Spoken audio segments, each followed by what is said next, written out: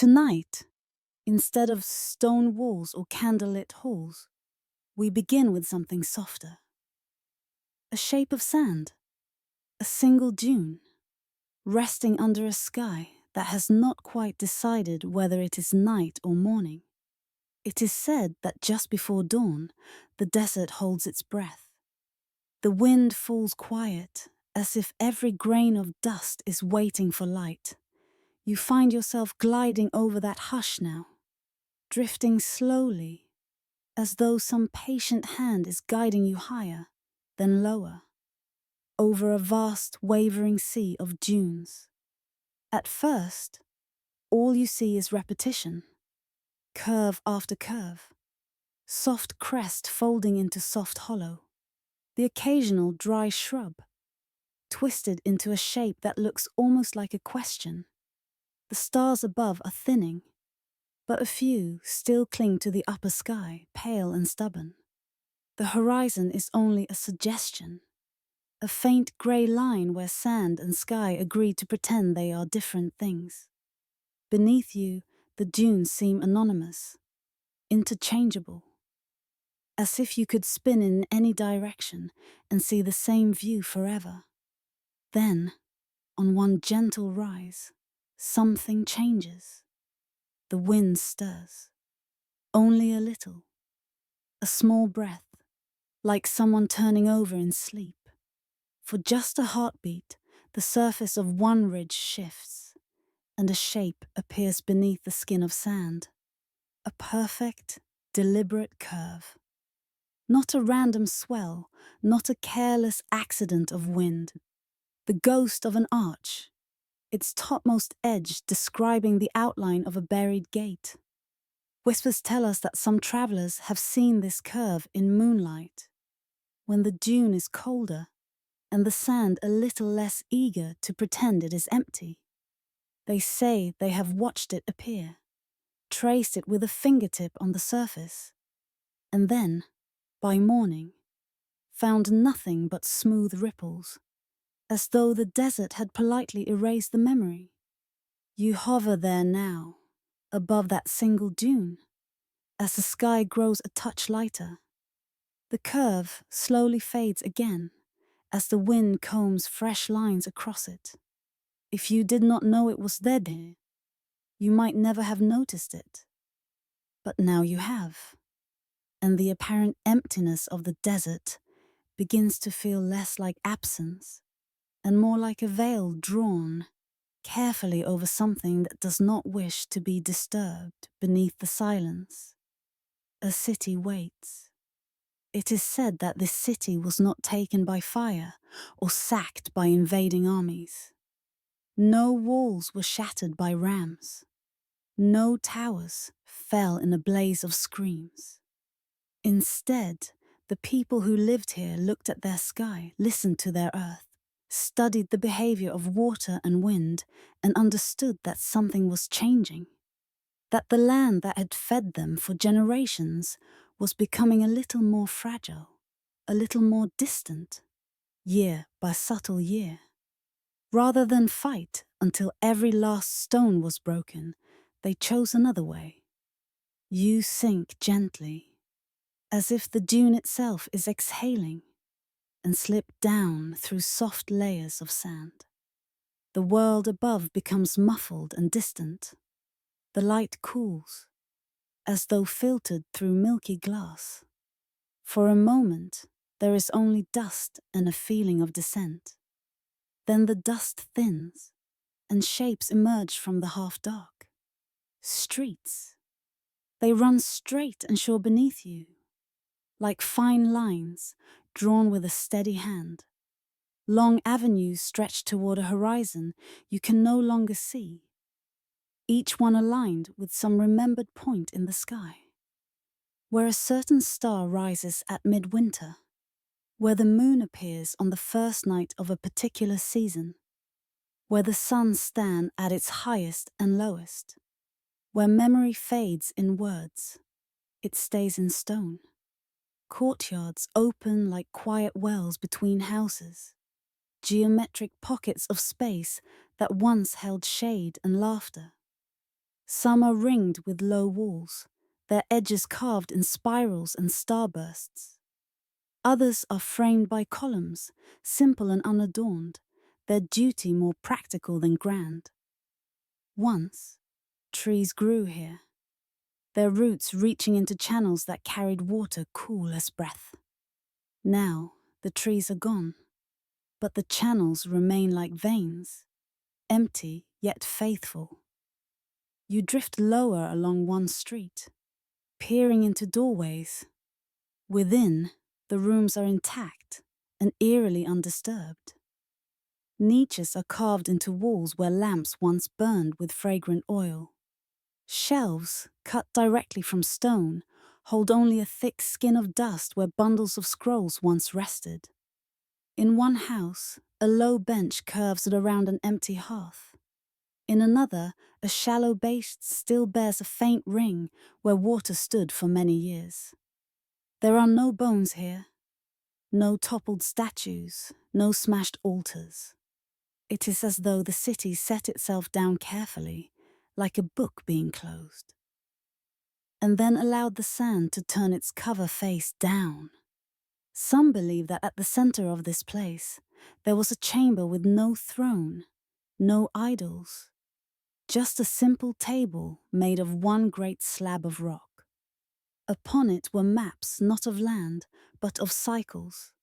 Circles within circles, spirals within spirals, arcs across which someone had marked the rising of tensions between distant kingdoms, the ebb and flow of trade, the slow darkening of wells as water retreated underground.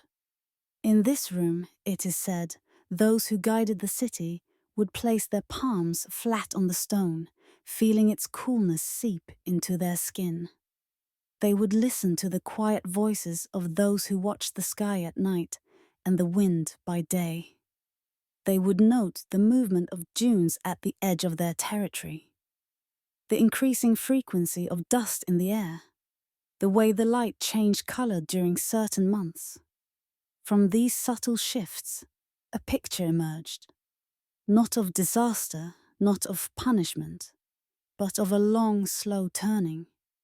The desert was moving, not maliciously, not hungrily, just moving. The people could build higher walls, they could dig deeper wells, they could send soldiers out to defend their edges, or they could read the message written in sand and starlight and choose to respond with a different kind of strength. Whispers tell us that the decision took years, unrolling as slowly as a scroll being read by candlelight. Families were asked to carry their stories, their tools, their seeds, further toward places where the soil still held moisture and the winds were kinder. Not all left at once. Some clung longer, unwilling to abandon the streets where their grandparents' footsteps still echoed. But gradually, the city thinned, like a river branching into many smaller streams. Those who stayed behind did not stay to fight. They stayed to fold. You drift now across a wide square. Once markets were held here, their stalls set in long rows, cloth shades trembling in the heat. They traded in grain and oil, in leather and spices, in stories and songs. At dusk, lamps would be lit one by one. Small flames mirrored in the polished stones underfoot. Now, the lamps are gone, but the square remembers its own geometry. The paving stones, though dimmed, still hold their places. A faint mosaic of colored tile survives in one corner, depicting a spiral around a tiny star. It is here, perhaps, that they gathered on the last evening. Some carry this image, the sky bruised purple and gold, the air thick with dust that turned the sun into a dull red coin.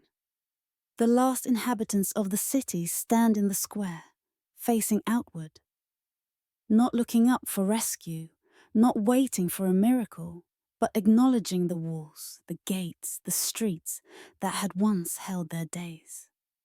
Then, Without ceremonies grand enough to interest chroniclers in distant courts, they began the work of making their own absence gentle. Doors were closed from within and sealed. Wells were capped. Clean stones laid over them like lids. Wooden beams were removed where they might collapse. Roofs allowed to settle inward in a controlled, quiet fall. In some places, rooms were filled deliberately with clean sand, layer upon layer, making sure that centuries later, the weight of the desert would press evenly, not splintering, but cradling.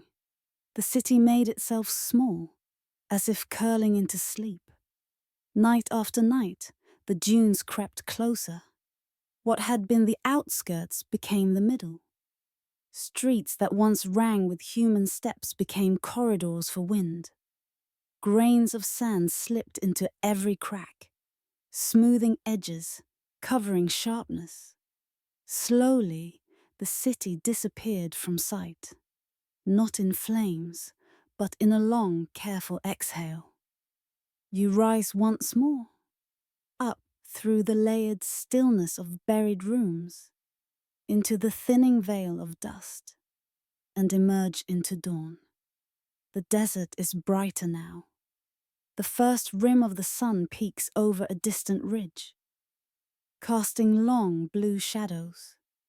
The dune that hides the gate looks no different from its neighbors. It wears the same ripples, casts the same curved shadow. Its secret is carried entirely in what lies beneath. A lone figure appears in the distance, a solitary dot moving across the pale sand. Perhaps a traveler, perhaps a herder, perhaps a wandering trader searching for a more obvious path. From here, they are small and anonymous. You watch as they walk along the side of the dune, their feet sinking slightly with each step. Each footprint presses down, just enough to leave a shallow mark on the surface. From the city's perspective below, it is as if someone is knocking very softly on its roof. The traveler does not know. How could they? To them, the desert is simply itself, a place of thirst and distance, of shimmering horizons and occasional oases, a place to be crossed, a place that offers stars at night and mirages by day. The idea that they might be walking over an entire sleeping world never crosses their mind. Where memory fades in our stories, it lingers underneath our feet. It is said that on rare nights, when the moon is full and hangs low, the sand on certain dunes cools in such a way that old angles briefly whisper through its surface. For a little while, the wind draws lines that remember straightness, a faint corner, a suggestion of a wall, a hint of a gate. Then the temperature shifts, the sand loosens, and the pattern is gone. Perhaps it was never meant to be found in any louder way than this. The city below, aligned so carefully with stars, has become an echo, not a monument. It teaches nothing directly. It does not rise up in exposed pillars and carved facades to demand your awe. Instead, it lives now in a question. How many other places chose to sink quietly rather than shatter loudly? How many of the world's serene surfaces are, in truth, the lids of forgotten chambers? You drift higher, leaving the traveler to their path, the dune to its dreaming, the buried streets to their long, patient companionship with stone and time. Up here, the desert resumes its illusion of sameness. But you know better now. You have seen how thin the line can be between emptiness and hidden architecture, between dust and design. As your own eyes grow heavier and the edges of your waking world begin to blur, you might imagine your thoughts as grains of sand, settling slowly over the shapes of your day. Some will cover old memories, some will soften new ones. beneath them all, deeper patterns will persist, untouched, waiting. Some voices only echo when we are ready to listen. Some cities choose to survive as whispers. And somewhere, under a dune that looks like any other, streets still lie aligned with absent stars. Courtyards still hold the memory of water, and a single gate keeps its perfect buried curve. A secret arch in the quiet, steady heart of the sand. The desert is already awake when we arrive. The sun is low, sliding gently down the sky, and the light has turned the sand to soft gold. Heat still breathes off the ground, but it is no longer fierce. There is a weariness in it now, a kind of sigh. You move slowly over the landscape, close enough to see details. Thin brush, scratching its living lines into the dust. The hollow shapes of animal tracks wandering from one low shrub to another. Wind-etched ridges on every dune. It all seems rootless, like a surface without a story. Then, in a shallow basin between two swells of sand, your gaze catches on something that does not move, that does not ripple or blur. A single stone. It does not look important at first. Just a pale block protruding from the ground at an odd angle. Edges softened by years of sand and sun. Half buried, half exposed, as though the earth has not yet made up its mind whether to keep it or give it back to the sky. But as the light shifts, the stone's true nature begins to show. The top edge curves, just slightly. On its face beneath the dust, there is the ghost of a carving. A shallow line that bends in a perfect arc across the width of the stone. Under the right slant of sun, more lines emerge, faint as breath on glass. A pattern that once might have formed the crown of a grand arch. You realize you are not looking at a rock that grew here. You are looking at the highest point of a gate. Whispers tell us that long ago, travelers recognized it too. They passed by and saw the same curve, traced it with cautious fingers, felt the cold firmness beneath the sun-warmed dust. Some marked it on their own handmade maps as the broken arch, a small signpost in a land of shifting paths. Others avoided it entirely, sensing that this stone belonged to something larger, something that preferred not to be disturbed. You drift closer. Up close, the stone is more articulate.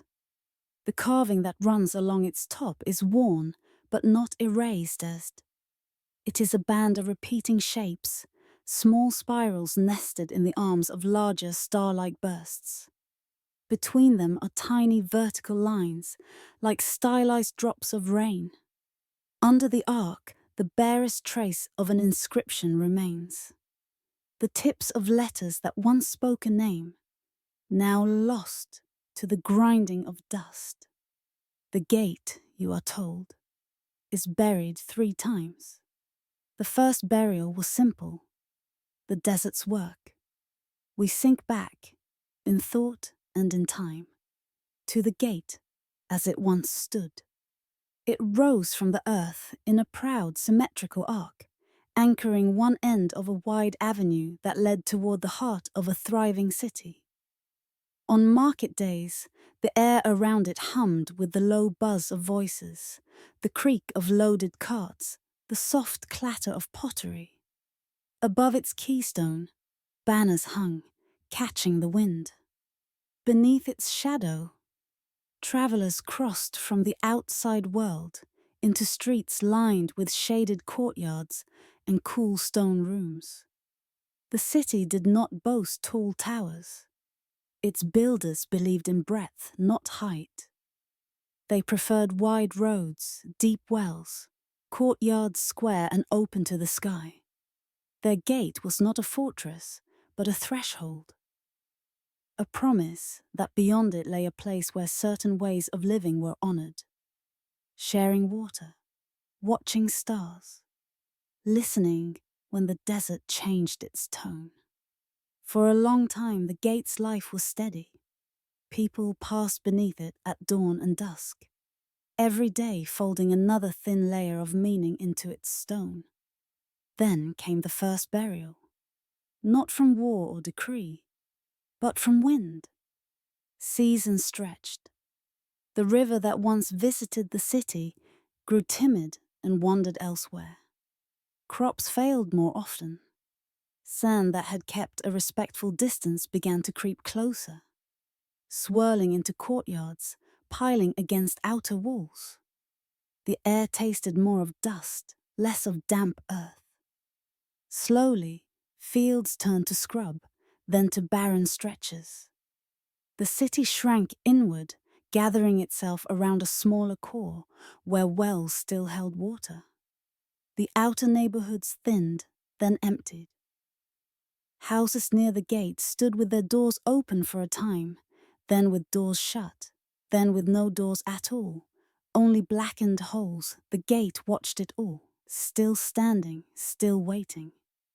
The wind, patient as ever, began its quiet work.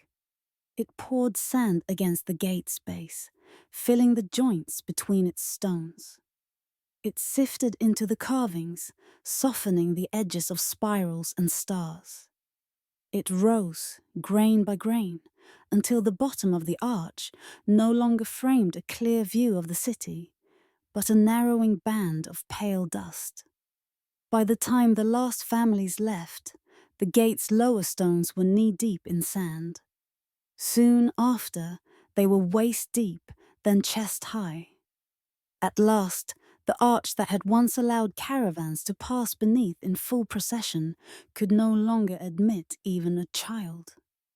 The city was no longer easily entered, and the gate, built to welcome, became instead a quiet monument to distance. This was the first burial, the slow, impartial work of the desert, drawing a soft veil over stone. We rise again to the present, to the lone protruding block you see now. It is all that remains above the surface of that once proud form. The rest lies beneath, intact but enveloped, its curve intact in the darkness. For most empires, that would have been enough.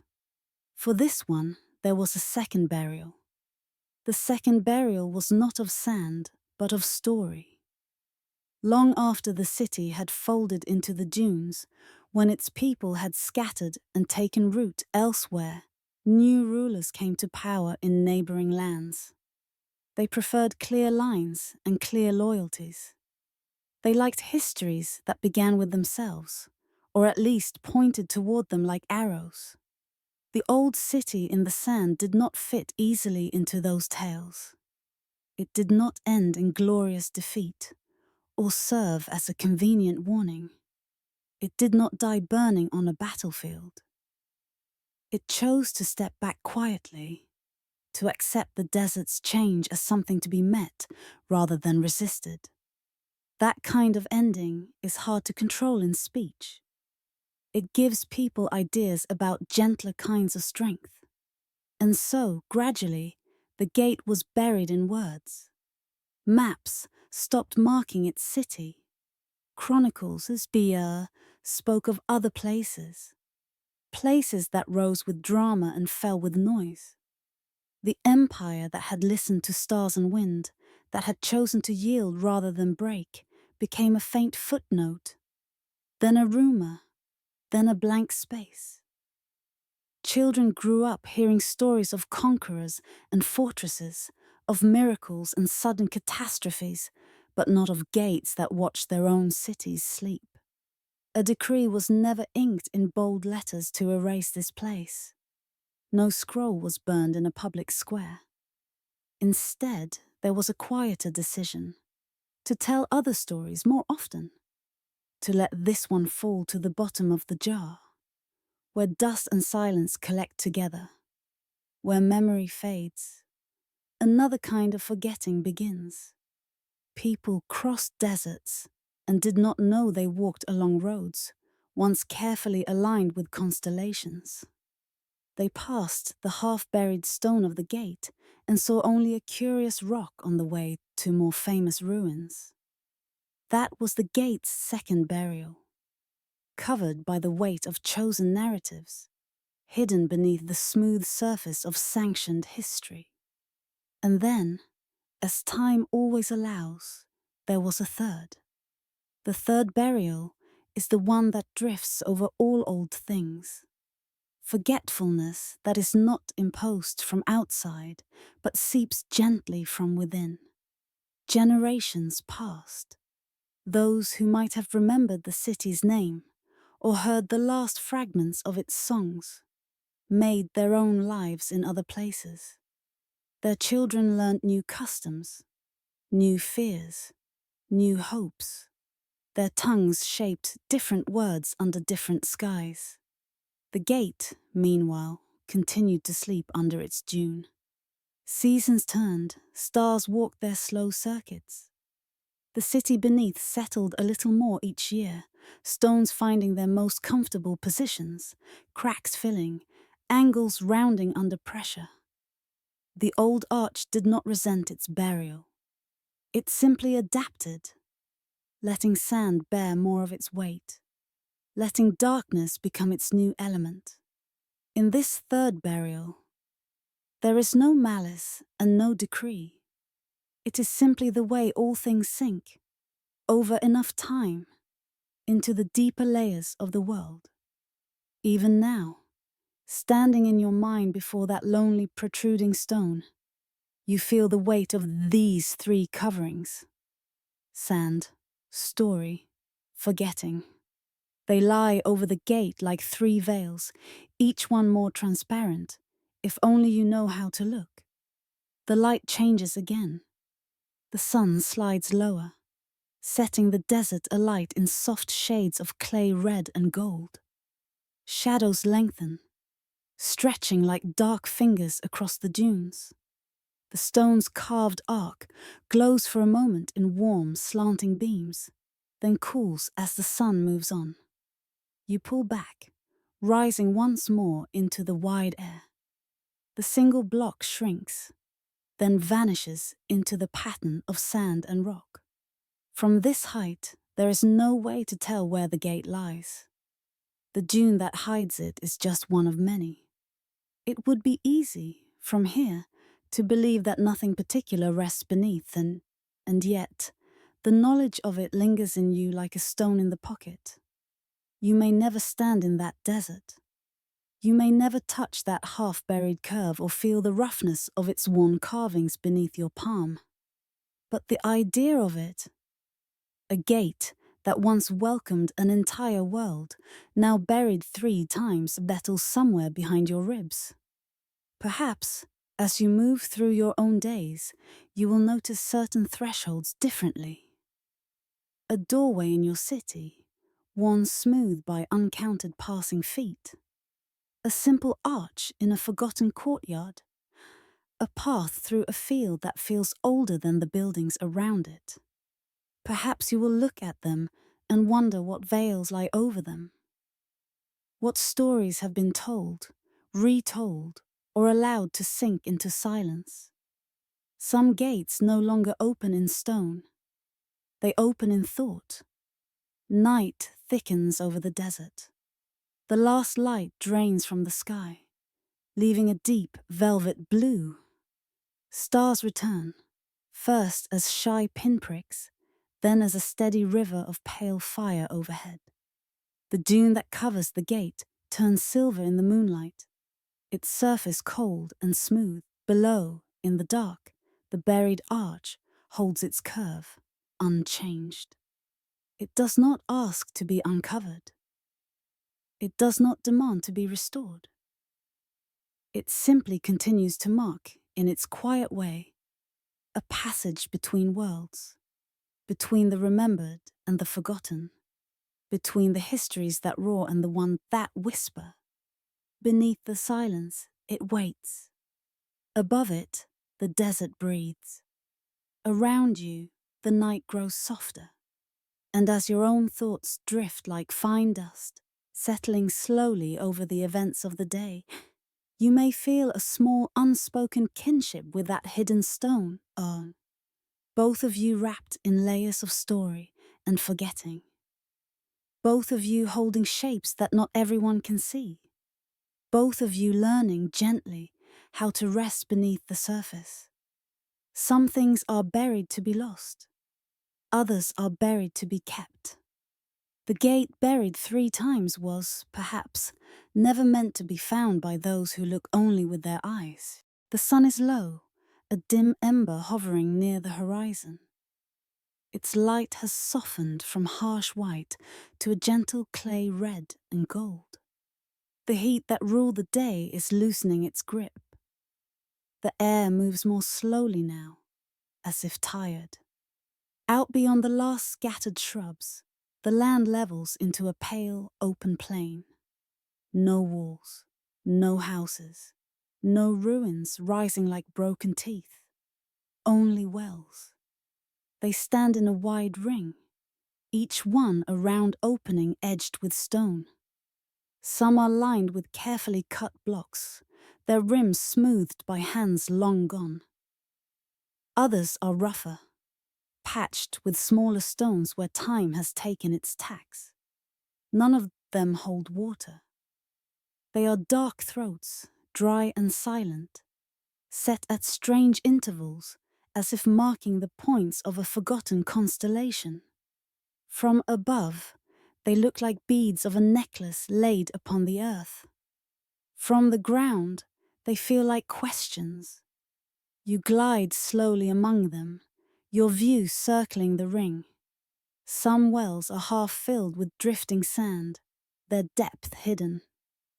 Others drop into shadow so complete that even the shrinking light of the sun cannot touch the bottom. A few have stones, lodged partway down, tumbled from their own rims.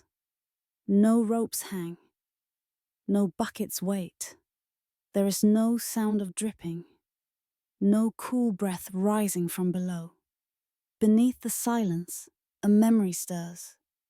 Whispers tell us that this was once the heart of an empire that grew downward instead of outward, where other cities reached up with towers and walls. This one sank its roots into the ground, trusting more in water than in stone. It had no need for high monuments. Its power lay in these quiet circles, each one a promise that something unseen, something vital flowed below. We drift closer to one of the wells. Up close, the rim is worn smooth by countless touches. The stone is cool to the imaginary hand, even in the fading heat. Carved along its outer edge are faint, repeating symbols. Spirals folded into wave shapes, small star marks, lines like falling rain. Each groove is softened now, blurred by seasons of grit and wind, but their intention still lingers. At the very lip of the well, you peer down. There is only darkness, but in your mind, you descend.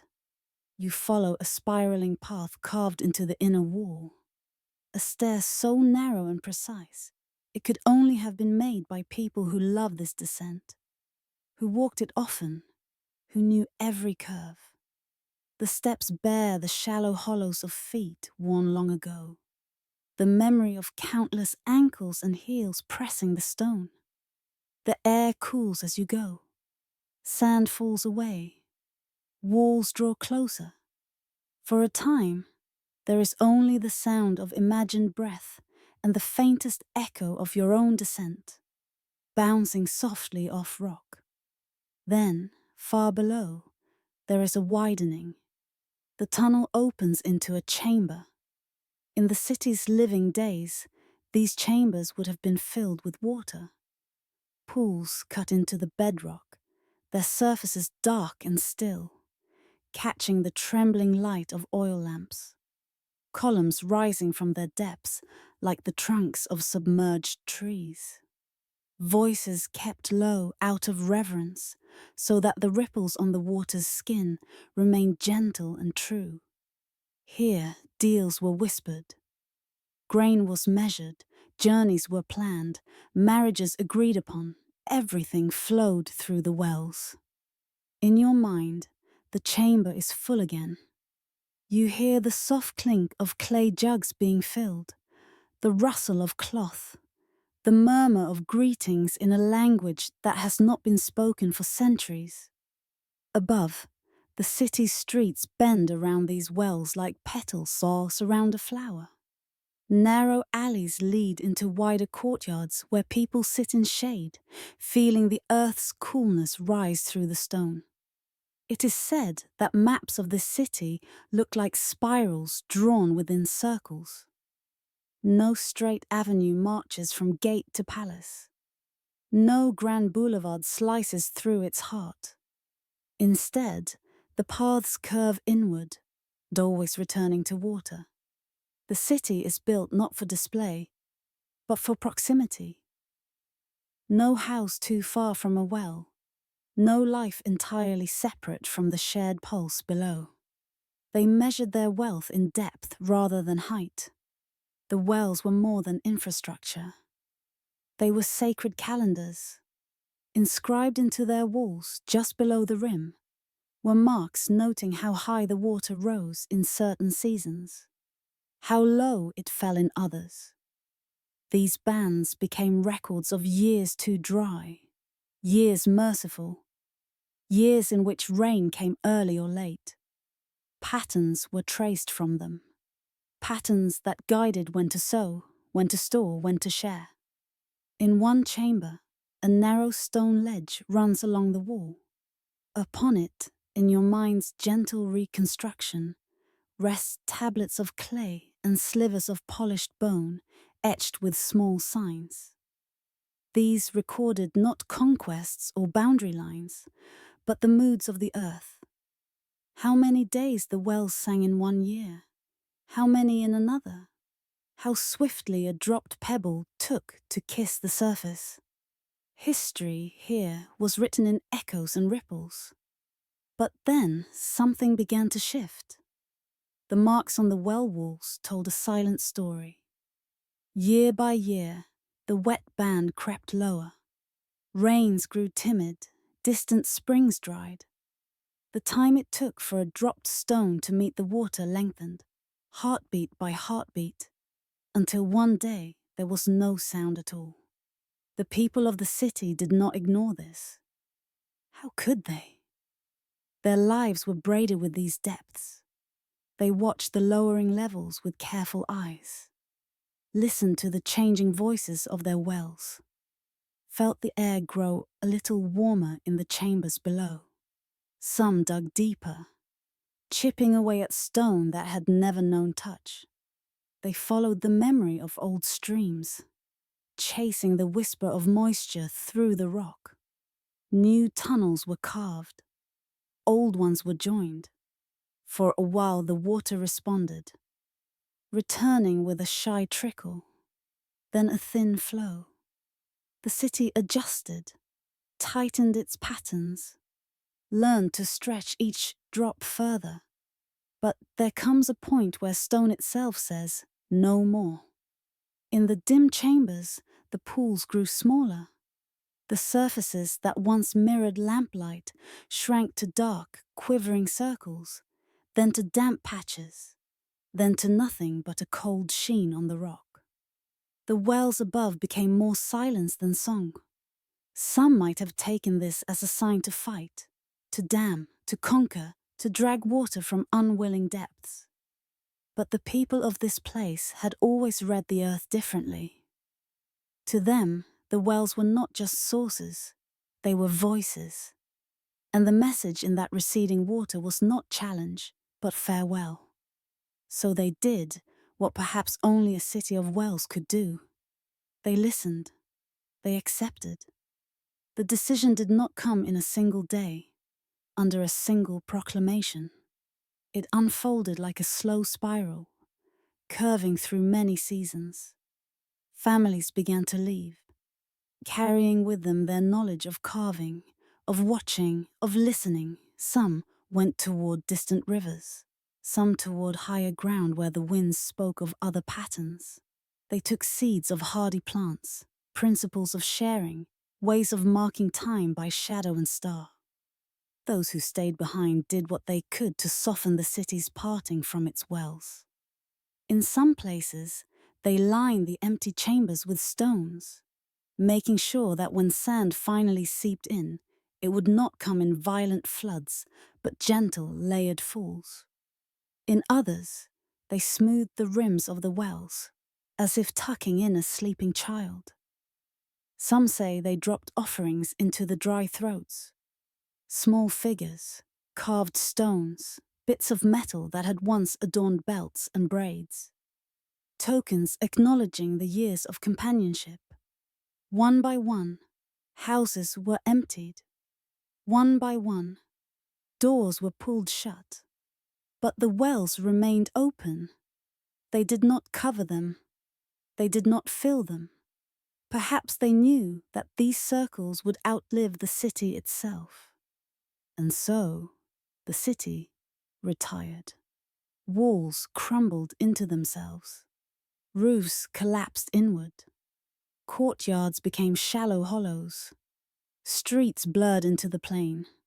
Wind carried sand over thresholds and through once careful doorways, flattening the shapes of domestic life. But the wells, anchored deep in the bedrock, stayed. The stones of their rims stood patiently, even as everything built around them faded and fell. The chambers below, now dry, held only echo. The air inside cooled further, no longer warmed by bodies and breath. Time drifted on. Travelers came and went, and what they saw was not a city broken by war or consumed by flame, but a ring of stone circles in an otherwise empty land. They called it by different names: the necklace of thirst, the eyes of the desert, the circle of forgotten springs. Some believed it was a monument to dead gods. Others thought it a place of punishment, a warning left by the earth. Few guessed that they were walking through the skeleton of a city that had once chosen to leave with grace. Now, in the present, you rise again from the dark chambers in your thoughts and find yourself back in the cool of evening. The sun has slipped below the horizon. A faint dusk sky blue clings to the western edge, fading into deepening purple. Stars begin to gather overhead one by one, like cautious witnesses. The wells, those round, patient mouths, no longer lead to water. They lead only to darkness. Yet they are not empty. Each one holds a circle of sky. You drift above the ring, looking down. In each well, the growing darkness frames a small, perfect mirror of the heavens. Where once people leaned over these rims to look for their own reflections in the water, now the wells gaze back at the stars. Where memory fades in stone, it is reborn in silence. The city of wells has become a city of sky windows. There is a quiet melancholy in this transformation, but also a strange beauty. The structures built to pull the world's life upward now serve to draw the endless night downward. Where once people measured depth with rope and weight, now you can imagine measuring infinity with a simple glance into a circular shadow. Perhaps this is what the city chose in the end, to trade the tangible certainty of water for the unbounded mystery of the stars. You watch as the night grows fuller. The last traces of the day's color slip away. The wells darken, then begin to shine. In each, a tiny constellation appears. In one, the curved shape of a familiar cluster. In another, a scattering of bright points you do not know the names of. Each well holds its own small galaxy, framed by human stone and ancient effort. Around the ring, the land is quiet. No walls, no roofs, no haps. Only these circles, breathing in starlight. As you listen, the desert seems to exhale. The wells do not call out. They do not demand that their city be rebuilt or their chambers refilled. They have accepted their new wasende, no longer feeding bodies, but nourishing a gentler awareness. A reminder that what is lost in one form may continue in another, quieter way. You may never stand at the edge of such a well in waking life, but you can carry the feeling of it with you. The sensation of leaning over a stone rim, expecting to see your own face reflected in water, and finding instead a clear, dark window into the stars. Some voices only echo when we are ready to listen.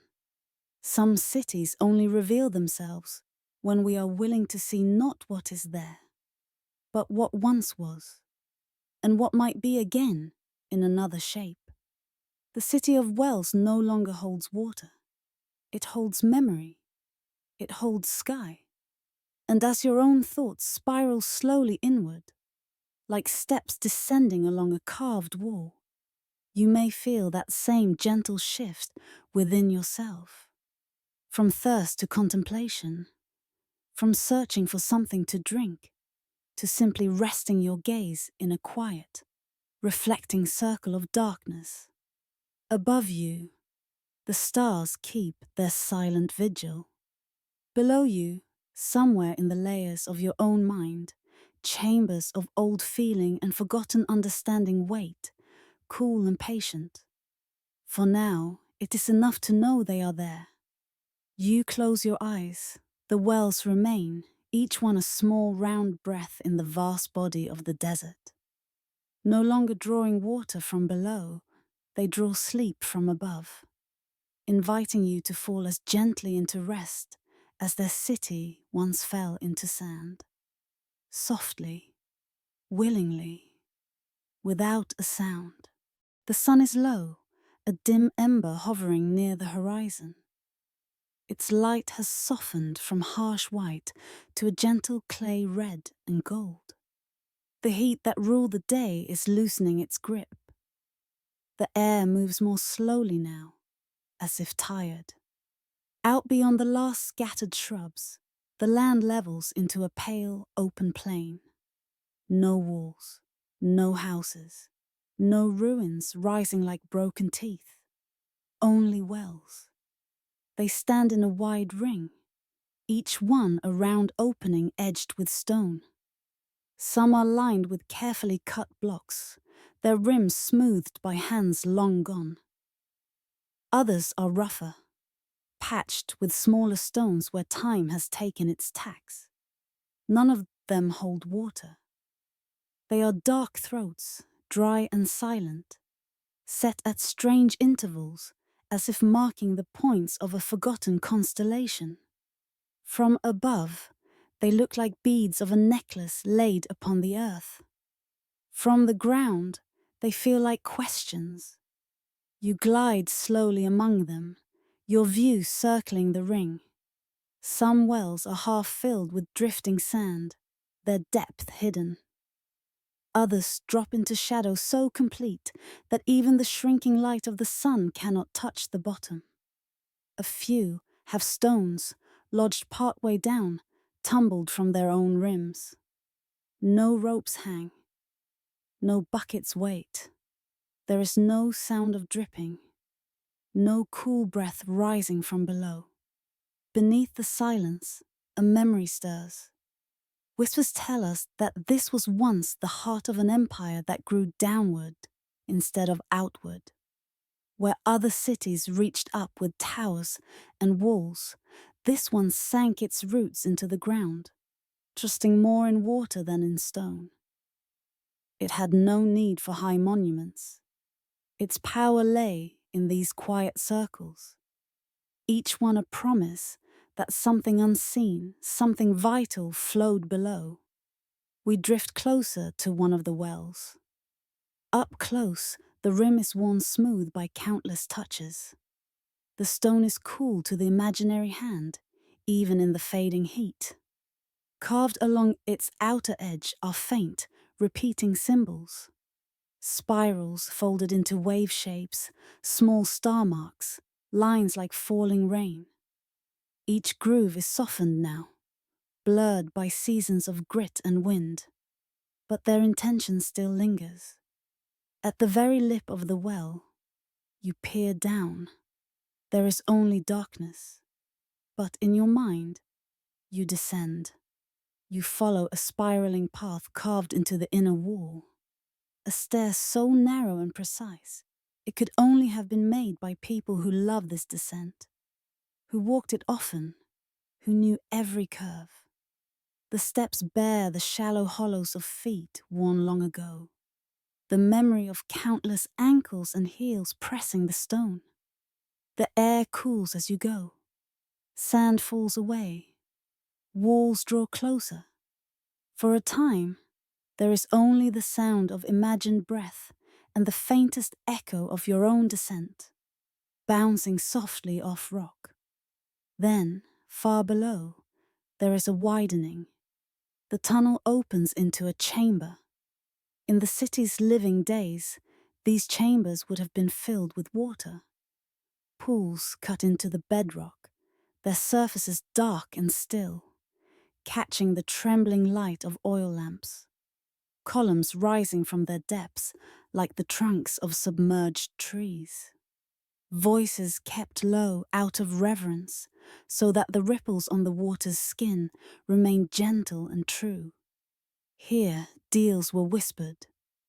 Grain was measured, journeys were planned, marriages agreed upon, everything flowed through the wells. In your mind, the chamber is full again. You hear the soft clink of clay jugs being filled, the rustle of cloth, the murmur of greetings in a language that has not been spoken for centuries. Above, the city's streets bend around these wells like petals or surround a flower. Narrow alleys lead into wider courtyards where people sit in shade, feeling the earth's coolness rise through the stone. It is said that maps of this city look like spirals drawn within circles. No straight avenue marches from gate to palace. No grand boulevard slices through its heart. Instead, the paths curve inward, always returning to water. The city is built not for display, but for proximity. No house too far from a well, no life entirely separate from the shared pulse below. They measured their wealth in depth rather than height. The wells were more than infrastructure. They were sacred calendars. Inscribed into their walls, just below the rim, were marks noting how high the water rose in certain seasons, how low it fell in others. These bands became records of years too dry, years merciful, years in which rain came early or late. Patterns were traced from them, patterns that guided when to sow, when to store, when to share. In one chamber, a narrow stone ledge runs along the wall. Upon it, in your mind's gentle reconstruction, rest tablets of clay and slivers of polished bone etched with small signs. These recorded not conquests or boundary lines, but the moods of the earth. How many days the wells sang in one year, how many in another, how swiftly a dropped pebble took to kiss the surface. History here was written in echoes and ripples. But then something began to shift. The marks on the well walls told a silent story. Year by year, the wet band crept lower. Rains grew timid, distant springs dried. The time it took for a dropped stone to meet the water lengthened, heartbeat by heartbeat, until one day there was no sound at all. The people of the city did not ignore this. How could they? Their lives were braided with these depths. They watched the lowering levels with careful eyes, listened to the changing voices of their wells, felt the air grow a little warmer in the chambers below. Some dug deeper, chipping away at stone that had never known touch. They followed the memory of old streams, chasing the whisper of moisture through the rock. New tunnels were carved, old ones were joined. For a while the water responded, returning with a shy trickle, then a thin flow. The city adjusted, tightened its patterns, learned to stretch each drop further. But there comes a point where stone itself says, no more. In the dim chambers, the pools grew smaller. The surfaces that once mirrored lamplight shrank to dark, quivering circles, then to damp patches, then to nothing but a cold sheen on the rock. The wells above became more silence than song. Some might have taken this as a sign to fight, to dam, to conquer, to drag water from unwilling depths. But the people of this place had always read the earth differently. To them, the wells were not just sources, they were voices. And the message in that receding water was not challenge, but farewell. So they did what perhaps only a city of wells could do. They listened. They accepted. The decision did not come in a single day, under a single proclamation. It unfolded like a slow spiral, curving through many seasons. Families began to leave, carrying with them their knowledge of carving, of watching, of listening. Some went toward distant rivers, some toward higher ground where the winds spoke of other patterns. They took seeds of hardy plants, principles of sharing, ways of marking time by shadow and star. Those who stayed behind did what they could to soften the city's parting from its wells. In some places, they lined the empty chambers with stones, making sure that when sand finally seeped in, it would not come in violent floods, but gentle, layered falls. In others, they smoothed the rims of the wells, as if tucking in a sleeping child. Some say they dropped offerings into the dry throats. Small figures, carved stones, bits of metal that had once adorned belts and braids. Tokens acknowledging the years of companionship. One by one, houses were emptied. One by one, doors were pulled shut. But the wells remained open. They did not cover them. They did not fill them. Perhaps they knew that these circles would outlive the city itself. And so, the city retired. Walls crumbled into themselves. Roofs collapsed inward. Courtyards became shallow hollows. Streets blurred into the plain. Wind carried sand over thresholds and through once careful doorways, flattening the shapes of domestic life. But the wells, anchored deep in the bedrock, stayed. The stones of their rims stood patiently, even as everything built around them faded and fell. The chambers below, now dry, held only echo. The air inside cooled further, no longer warmed by bodies and breath. Time drifted on. Travelers came and went, and what they saw was not a city broken by war or consumed by lame, but a ring of stone circles in an otherwise empty land. They called it by different names: the necklace of thirst, the eyes of the desert, the circle of forgotten springs. Some believed it was a monument to dead gods. Others thought it a place of punishment, a warning left by the earth. Few guessed that they were walking through the skeleton of a city that had once chosen to leave with grace. Now, in the present, you rise again from the dark chambers in your thoughts and find yourself back in the cool of evening. The sun has slipped below the horizon. A faint dusk sky blue clings to the western edge, fading into deepening purple. Stars begin to gather overhead one by one, like cautious witnesses. The wells, those round, patient mouths, no longer lead to water. They lead only to darkness. Yet they are not empty. Each one holds a circle of sky. You drift above the ring, looking down. In each well, the growing darkness frames a small, perfect mirror of the heavens. Where once people leaned over these rims to look for their own reflections in the water, now the wells gaze back at the stars. Where memory fades in stone, it is reborn in silence. The city of wells has become a city of sky windows. There is a quiet melancholy in this transformation, but also a strange beauty. The structures built to pull the world's life upward now serve to draw the endless night downward.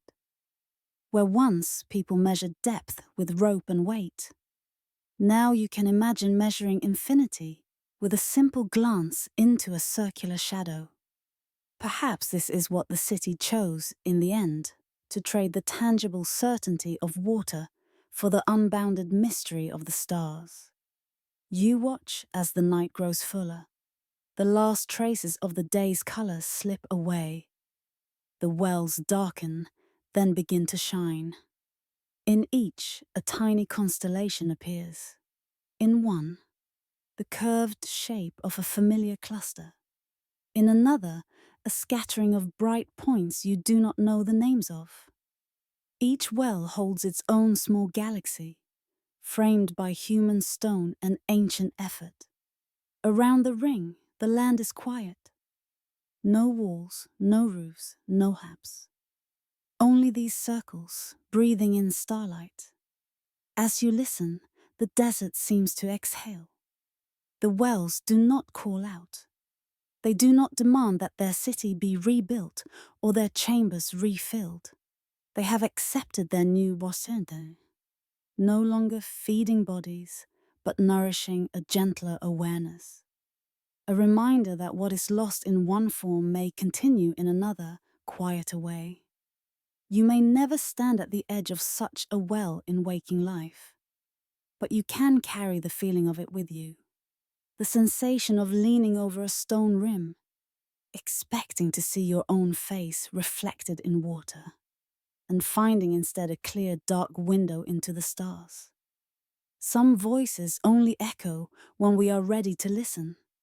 Some cities only reveal themselves when we are willing to see not what is there, but what once was, and what might be again in another shape. The city of wells no longer holds water. It holds memory. It holds sky. And as your own thoughts spiral slowly inward, like steps descending along a carved wall, you may feel that same gentle shift within yourself.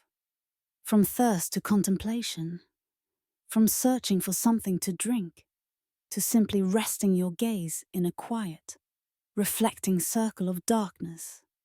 Above you, the stars keep their silent vigil. Below you, somewhere in the layers of your own mind, chambers of old feeling and forgotten understanding wait, cool and patient. For now, it is enough to know they are there. You close your eyes, the wells remain, each one a small round breath in the vast body of the desert. No longer drawing water from below, they draw sleep from above, inviting you to fall as gently into rest as their city once fell into sand. Softly, willingly, without a sound. From a distance, it looks almost like a single creature, a string of shapes swaying in rhythm, bells chiming in slow, patient patterns. Dust rises behind it in a low, curling cloud, then falls again, leaving a faint trail that the evening wind will soon erase.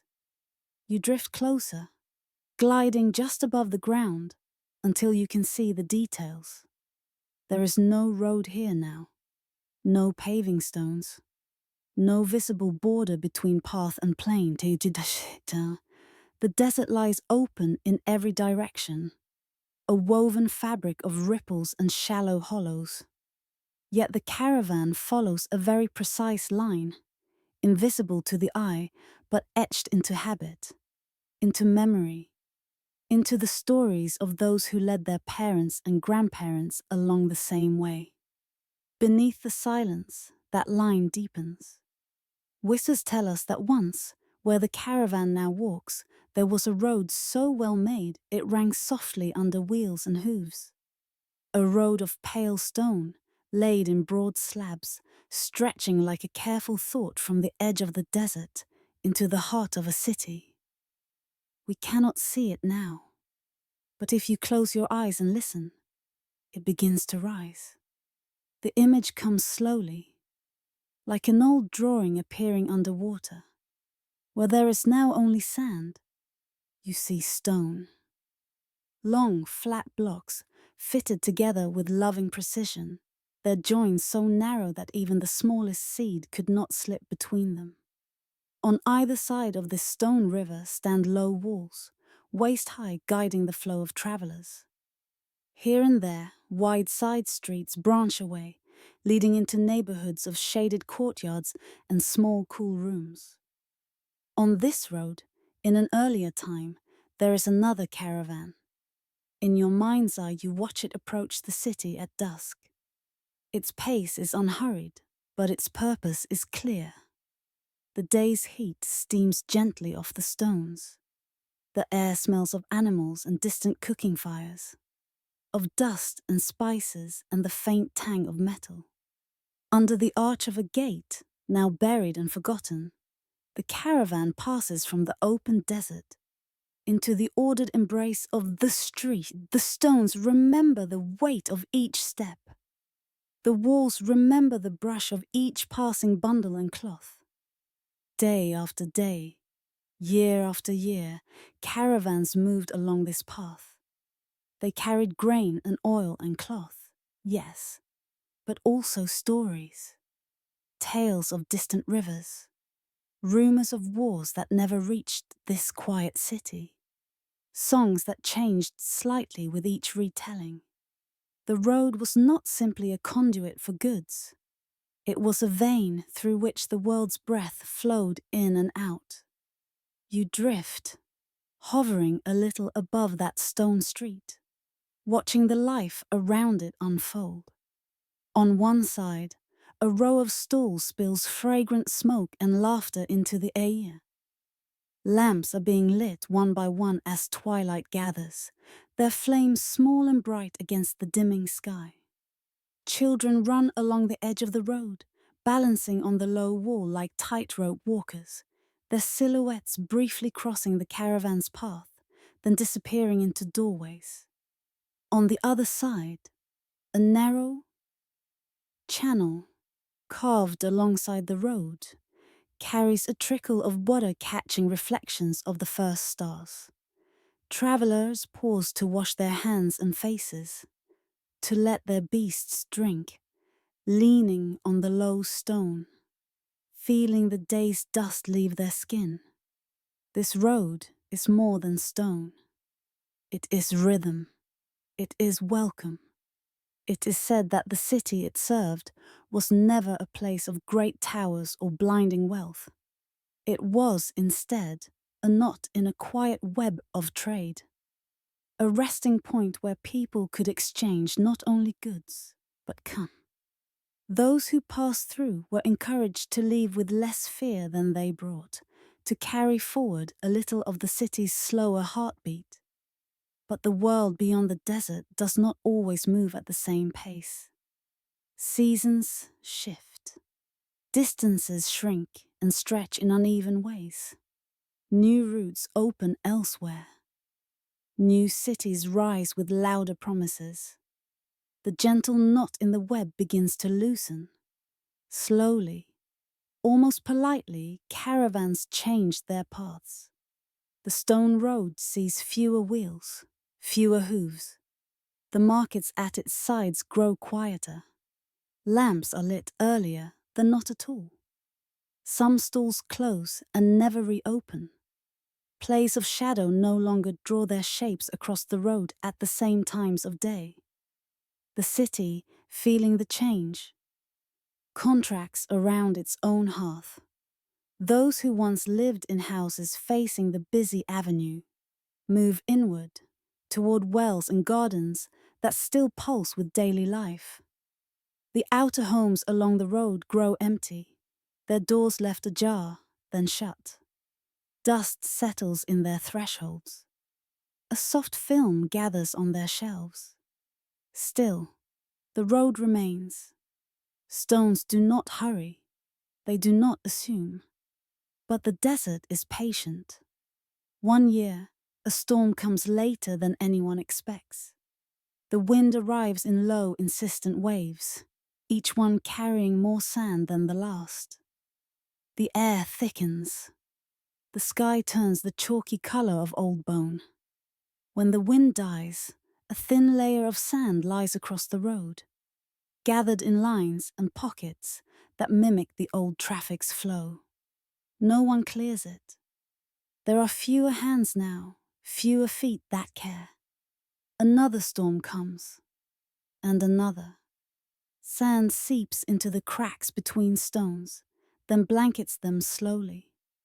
The low walls on either side lose their sharp edges, their corners softening under repeated caresses of dust. The water channel dries, its carved edges filling with grit. What was once straight and purposeful begins to blur. The city pulls further back from the road, leaving it to the sky. In the end, when the last true caravan passes through, it does so more out of habit than necessity. The bells still ring. The steps still fall on stone. But even as they do, the path ahead is already changing. A new route forming in the minds of those leading the animals. One that will bypass this place. One that will save time here. One that will skip the old city's slow embrace. When those leaders return home, they will speak of the new way. The old stone road will be left to its own devices. Years pass, then decades. The city retires gently, folding itself closer to its wells, its inner courtyards. Some families leave, others stay, but no longer depend on the road that once fed them. The last of the houses along that avenue become shells. Their shutters hang loose or are taken for firewood. Rain, when it comes, pools briefly on their thresholds, then sinks into dust. The stones of the road feel each step less frequently. Then, not at all. Sand does not rush, but it is tireless. Layer by thin layer, it covers the stones. First knee-high, then higher, until only the peaks of the low guiding walls show through, like ribs of a buried creature. The road's surface becomes a memory held within the earth. We rise gently back into the present, into the soft evening where the living caravan moves. There is no visible road beneath it now, but the line remains. Not in stone, but in story. Those who walk at the front of the caravan have never seen the city. They have never trodden the paved street. But they were taught, as children, to follow this particular curve in the land, this particular spacing between two low hills, this particular distance from a long, flat rock that, long ago, might have been part of someone's wall. Walk here, they were told. The ground is kinder here. The winds know this way. Over time, the reasons become thinner, more symbolic than practical. But the habit persists. The caravan walks the same road twice. Once in its forgotten stone shape, once in this ghostly, sandy echo. You watch them now from above. Hooves and soft feet fall in a rhythm that feels familiar, though you have never walked there yourself. Dust billows gently, then sinks. The animals' necks sway. Their bells offer a slow chiming counterpoint to the whisper of wind. The path curves, invisible yet precise. as if following lines drawn in a book no one can open anymore. Beneath, somewhere under layers of sand, the old stones lie as they were laid. Perhaps their joins have widened. Perhaps some have shifted slightly under the pressure of the dunes. But the road is still there, a pale river of fitted slabs running beneath the caravan's progress. 2 journeys, one above the other, 2 times, layered without touching.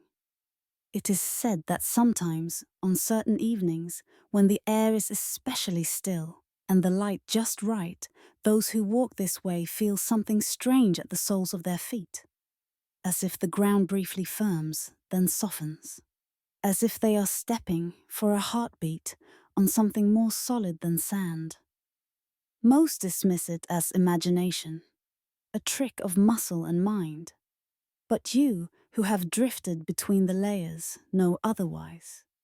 Where memory fades from the tongue, it lingers in the body of the earth. Where the city no longer stands in walls and roofs, it survives in the curve of a habitual route, in the way a caravan unconsciously leans toward an old line. The sun slips lower. The sky deepens into shades of violet and dusk sky blue. Far ahead, the caravan's path bends out of sight, swallowed by distance and shadow. The dust it raised settles back onto the unseen road, adding another fine layer to the city's long blanket. You hang there a moment longer, listening to the fading chime of bells, the diminishing rustle of steps. Then even those sounds are gone, and only the desert remains, quiet and wide. The road beneath and the path above share the same stillness. Perhaps you will never know the name of the city that once paved this way so carefully. Perhaps its language, its songs, its tastes and colors have dissolved entirely into the vastness of time. But the feeling remains. The sense that when you walk, anywhere, you might be walking upon other journeys, that the routes you follow may rest on older routes, gently hidden but never entirely erased.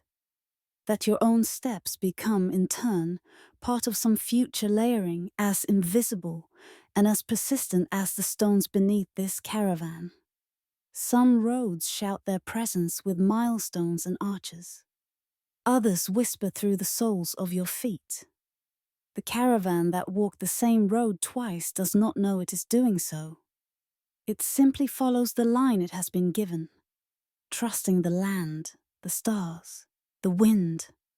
And you, as your breathing slows and your thoughts begin to loosen their grip, may feel that you too are following lines laid down by others long before you. Paths of kindness, paths of caution, paths of quiet retreat from harm. For tonight, it is enough to rest in that awareness, that you are held by patterns older than memory, that beneath whatever ground you stand on, there may lie the stones of someone else's careful choices, someone else's gentle passage through a difficult world. The desert sighs, the sky darkens, the road, both seen and unseen, falls silent, and you drift, little by little, into the soft, ancient space between one step and the next.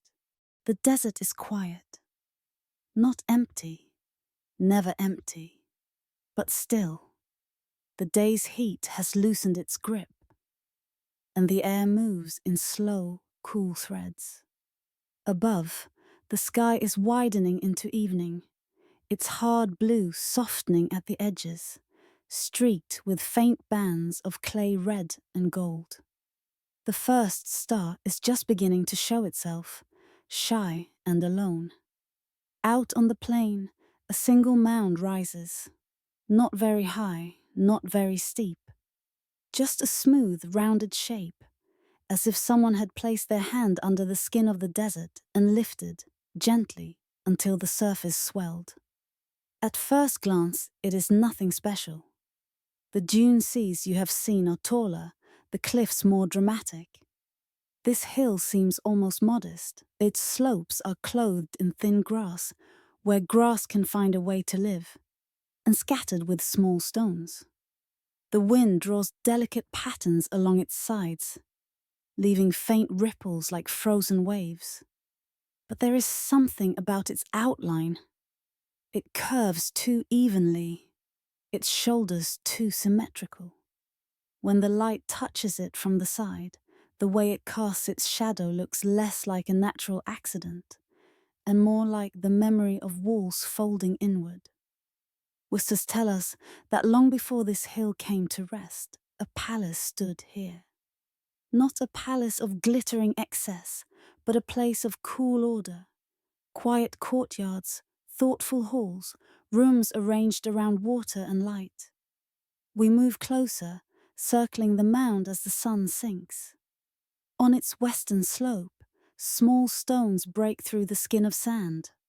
Blocks with edges a little too straight, faces a little too flat.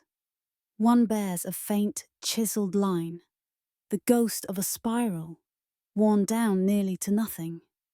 Another shows the remnant of a corner, an angle softened by years of wind. Beneath the silence, the old foundations stir. You close your eyes, and the hill dissolves. The sand falls away, streaming down like veils. The grass recedes, roots pulling free from whatever lies beneath.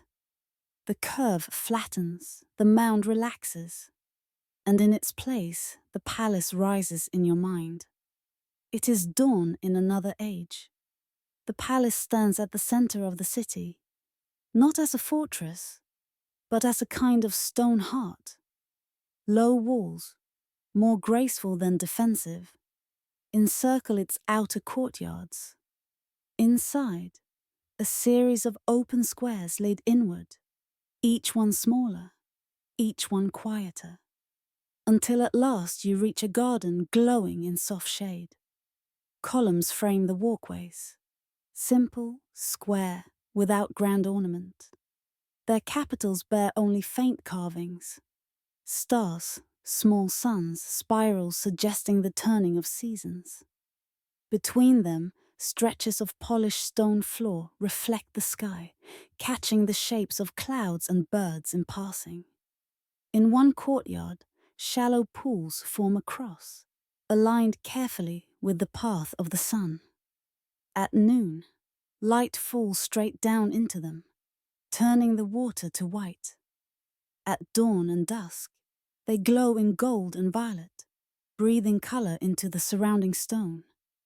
The palace is not loud. It does not tower over the city. It settles into the land, as if the builders listened before they ever laid a block, asking where the earth might be most willing to bear such weight, where the winds might move most kindly around such walls. Inside, a cool hush rules the corridors. Underfoot, the stone is smooth but not slippery. The walls are whitewashed and left mostly plain, as if they understand that too much decoration can clutter thought. Here and there, a narrow band of color runs along a base, painted with repeating motifs. Lines like flowing water, small circles like seeds, delicate arcs like the curves of the moon. It is said that in its deepest rooms, far from the bright outer courts, the palace held maps not of land, but of time.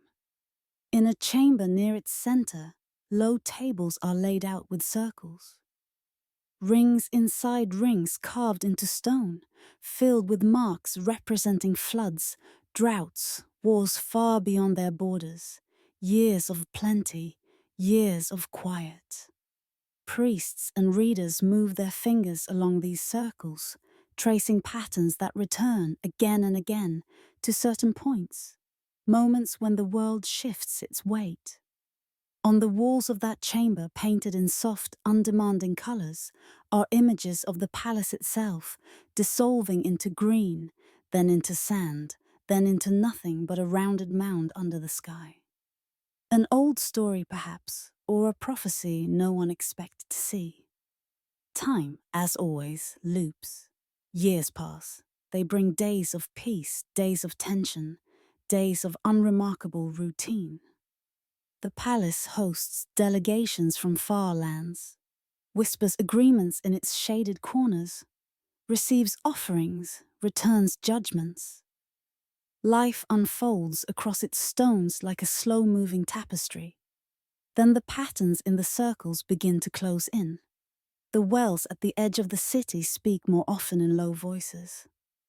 The rivers in the distance forget their old paths. The sky holds its rain a little farther away each season. Caravans arrive with thinner loads, with news of unrest and hunger in places that once seemed stable. The palace listens. It is said that the rulers who lived here did not see themselves as separate from their building. They walked its halls at night with bare feet, feeling the coolness of the floor, the temperature of the air, the subtle shifts in echo from one season to another. They understood that stone has moods, that spaces remember. One night, perhaps in that chamber of circles, they lay their hands flat upon the carved rings of time and understood that their empire had reached one of those points the patterns warned about. They could cling. They could fortify. They could pour their shrinking resources into higher walls and deeper wells, into sharper weapons and stricter laws. Or they could do something else.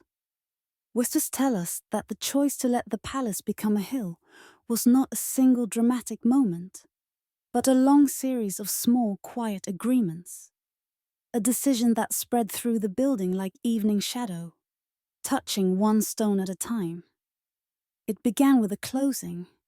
Certain outer rooms were emptied, slowly, carefully, not looted, not abandoned, but cleared. Scrolls were moved inward. Altars were dismantled with reverent hands. In one courtyard, a colonnade that once led to a reception hall was blocked with a low wall, turning a pathway into a boundary. Then came the filling. In chambers closest to the outer walls, clean sand was brought in. Not the harsh, cutting kind from outside, but finer, sifted grains, poured gently into places where the structure would otherwise one day collapse. In some rooms, low walls were built to hold the sand. In others, it was heaped carefully, smoothed with flat boards, as if making a bed for the building itself. Roofs were strengthened where they needed to bear the weight to come. In a few cases, beams were removed, not to weaken, but to guide the eventual settling, so that when stone descended, it would descend into support rather than fracture.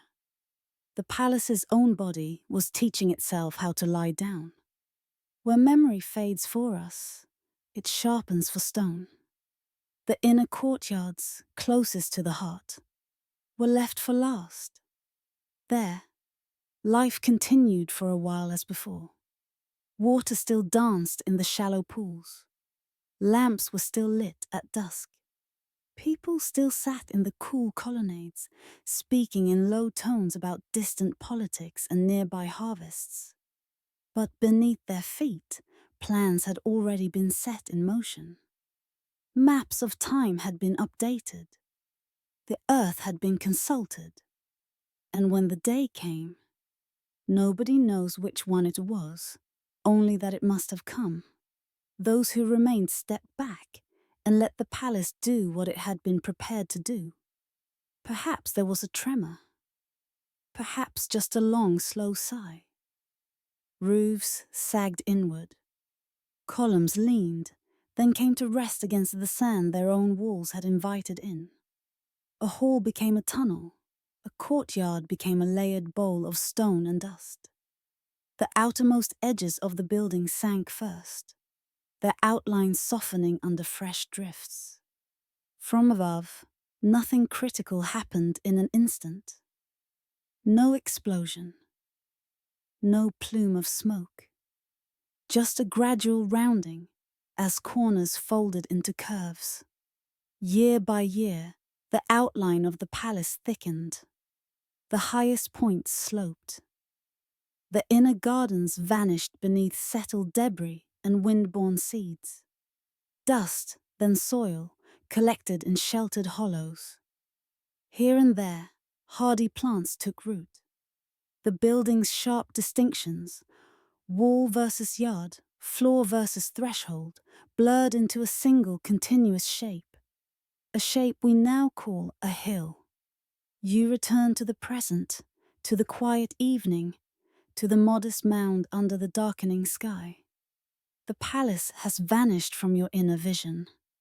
Only the hill remains, its skin touched by the first strands of starlight. You stand at its base in your mind, looking up. Somewhere under your imagined feet, columns are lying on their sides, embedded in sand that once rose to meet them. Staircases have become ridges in the earth. Doorways are compressed into layers. In one forgotten room, perhaps a mosaic still clings to a floor no one can reach.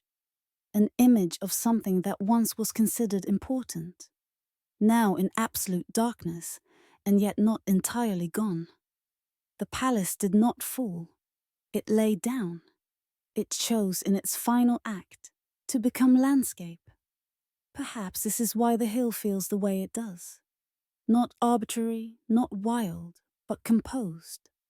When the moon rises and brushes its flanks with silver, certain lines appear that echo the old architecture. A gentle depression here where a courtyard sank.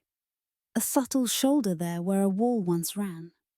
Standing stones at its foot like punctuation, the last visible words of a sentence that continues below. It is said that people from nearby villages come to this hill sometimes, not knowing its story, only that it is a place where the wind speaks differently. They sit on its slopes in the cool of evening, watching the light fade off the plain. Some say their thoughts grow quieter here, as if the ground beneath them absorbs noise, encourages gentler patterns. They do not know they are sitting on ceilings, on rafters turned to strata, on the backs of rooms that once heard decisions and dreams. Perhaps they do not need to know. Where memory fades in detail, it survives in feeling. You drift a little higher, looking down now on the hill as night settles fully. The stars have multiplied, Darlan, gathering in clusters, forming paths of their own across the sky. The hill sits in their faint, silvery glow, as calm and unremarkable as a sleeping animal. No sign, no pillar, no inscription marks it as anything special. And yet you know that once people stood inside it, walked its shaded halls, traced circles of time on its walls, and chose, at last, not to demand a different future, but to soften into the one they saw approaching. Perhaps the palace that chose to become a hill offers a kind of quiet guidance, that not every ending must be a clash, that retreat can be wise, even noble, that sometimes the greatest dignity lies not in standing tall to the last possible moment, but in bowing, gently, before the weight of what cannot be changed. As your own breath slows, as your thoughts begin to fold inward, you might feel some small part of you settling in the same way, letting certain sharp corners soften, letting certain rooms in your memory be filled with clean protective sand, allowing some stories to lie down, not broken, but complete.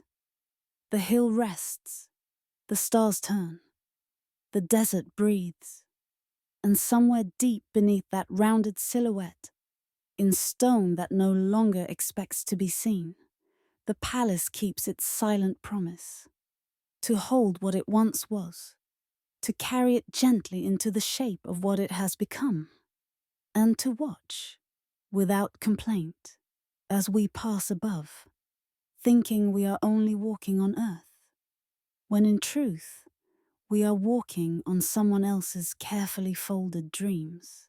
The day is already beginning to lean toward evening. The sun hangs low and slanting, its light no longer falling straight down, but pouring in from the side, like a secret whispered toward the horizon. The desert lies quiet under this softer fire. Dunes and flat stretches, scattered stones and low stubborn shrubs, all painted in sand beige and faint clay red. At first glance, the plain before you seems empty. A wide, flat breadth of earth, its surface rippled only by wind. You drift above it, your shadow long and thin on the ground below. Nothing moves, nothing calls. The air feels spacious, almost vacant. And then the light shifts. It is just a small change. The sun slipping one more degree, the angle of the rays bending a little differently. Shadows lengthen, stretching out like fingers. In this new light, what was invisible begins to reveal itself. Lines appear, long, shallow depressions in the desert floor, so slight that at noon they looked like nothing more than natural undulations. Now they gather themselves into patterns. Here, a straight channel of darker sand. There, a curve of stones, half buried, forming a gentle arc. Points that once seemed random begin to relate to one another, like notes on a staff of music. You slow, hovering lower. From this height, their design becomes unmistakable. The plain is not blank, it is drawn upon. Whispers tell us that an ancient empire, one that trusted the stars more than it trusted armies, built its greatest observatory, not as a tower reaching upward, but as a map pressed flat into the earth. You drift a little higher, just enough to see the whole expanse. At your feet, the desert becomes a chart. Thin lines, made of small stones and shallow trenches, trace shapes across the plain. Some radiate outward from a central point, like spokes from a wheel. Others loop, curve, and cross in routes that at first seem chaotic, then resolve into something familiar. If you've ever tilted your head back and traced the outlines of constellations in the night, beneath the silence, the sky is written here. There is a cluster of stones forming a crooked line with a small hook at one end. The memory of a pattern you might know as a hunter or a river or some other name in some other language. Nearby, 3 larger stones lie in a proud row, mirrored by 3 faint depressions a little distance away, as if marking the rise and fall of a belt in the heavens. Here and there, single stones stand alone, half sunk, like punctuation marks. Dots in a cosmic sentence pressed into the desert's grammar. It is said that at night, when the sky was clear and the air still, priests and sky watchers walked these lines by lamplight, pacing from stone to stone, learning to feel with their feet what their eyes saw above. They carried small lamps in their hands, and the tiny flames wandered along the ground like fallen stars. We sink now into their remembered time. The light fades softly into dusk. The last color drains from the horizon, replaced by a deepening blue. One by one, stars ignite overhead, each one sharp and cold. In the half-dark, the lines on the ground are no longer so easy to see with the eyes alone. But the bodies of those who know this place do not need sight. Bare feet touch the earth. The watchers move in slow, deliberate paths along the marked lines, following routes learned over many seasons. Every step corresponds to a point in the sky. They pause at certain stones, look upward, and whisper measurements to one another. Not in degrees or numbers, but in distances of breath, in lengths of time between heartbeats. In this empire, the sky is not a distant ceiling. It is a partner. Here, the map is not about land to be claimed. It is about balance. Along one line, drawn straight and sure, the watchers track the rising point of a particular star whose appearance once signaled the coming of the river's flood. In the earliest ages, when waters were generous, the star rose in perfect accord with the marks etched into their plan. But slowly, over generations, the rising point shifted, creeping along the horizon, arriving earlier or later, subtle but undeniable. The line in the desert records this. Small adjustments, a stone moved a hand's breadth here, a new marker placed further along there. What looks from above like a single unbroken stroke is, in truth, many layers of agreement between sky and earth. In another part of the map, a cluster of depressions marks the wandering path of a bright planet. Its unpredictable pauses and backward turns are traced as curves and loops that seem at odds with the straight lines of the fixed stars. This puzzled them, these ancient sky readers, and so they walked those loops over and over again, feeling the way regularity and irregularity braided together.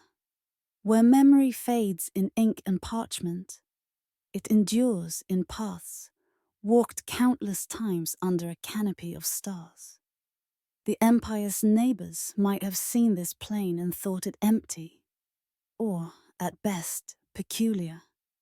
There are no tall pillars here, no carved faces staring down from altitude, no proud towers writing their silhouettes in the sky. But those who belonged to this land knew otherwise. This was their observatory, their calendar, their teacher. Here they learned when to sow seeds, by watching not only the brightness of a star, but its position relative to these ground lines.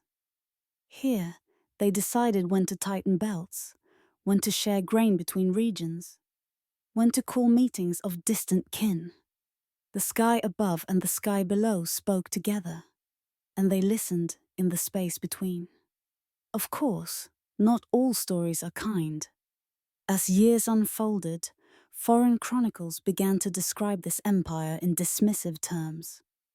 They built no great monuments, some said. They left no tall stones, said others. Their lack of visible spectacle became, in the eyes of those who valued height and drama, a flaw. Primitive, small, unremarkable. These were the words written in far-off halls by those who did not kneel on this plain and feel the subtle power of its lines. Those who did not know that some of the finest instruments leave no shadow at noon. Whispers tell us that, in time, the empire itself grew quieter. Caravans shifted their routes, drawn to cities that glittered with obvious wealth. Droughts came in sequences predicted long ago in the circles carved elsewhere in the stone. The people who had walked the sky map since childhood scattered, carrying with them a sense of timing, of patience, of respect for unseen cycles, but leaving the plain behind. Without feet, without lamps, without voices, the map fell into disuse. Sand began its slow, equalizing work. Grains accumulated in the shallow trenches, smoothing their edges.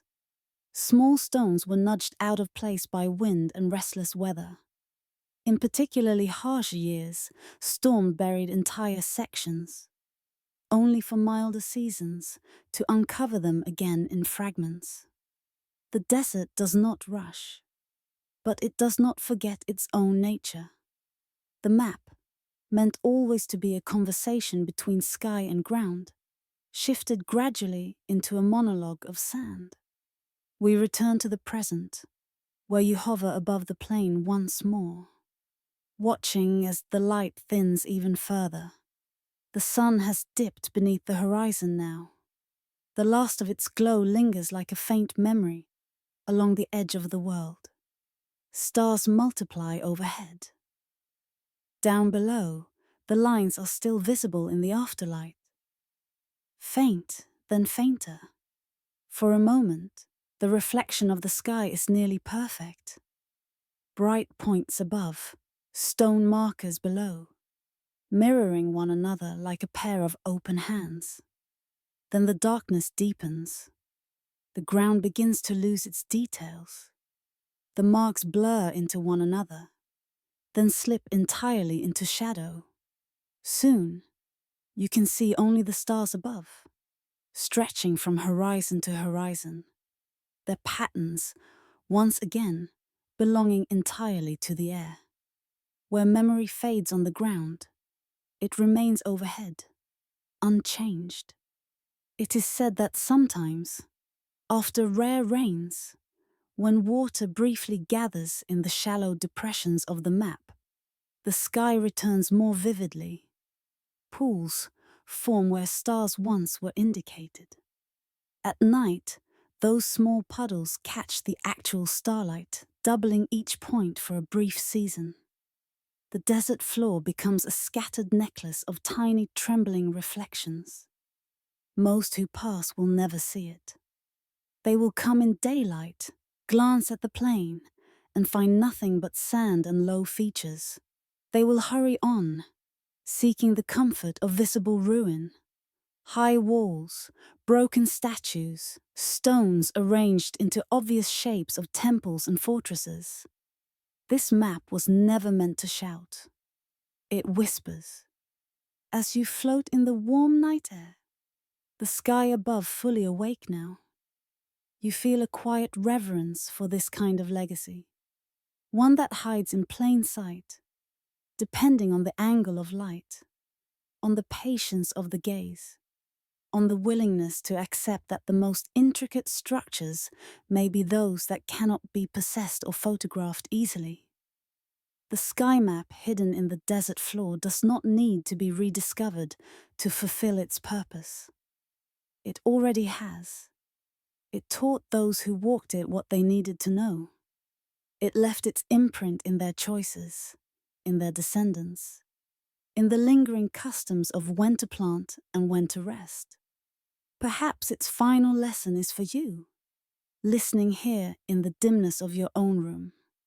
Your life, too, is full of lines only visible at certain angles, patterns that emerge only when the light is low and your mind is quiet, connections between events and feelings, cycles that return in slightly different forms, constellations of memory you might walk across for years without recognizing, until one evening, suddenly, you do.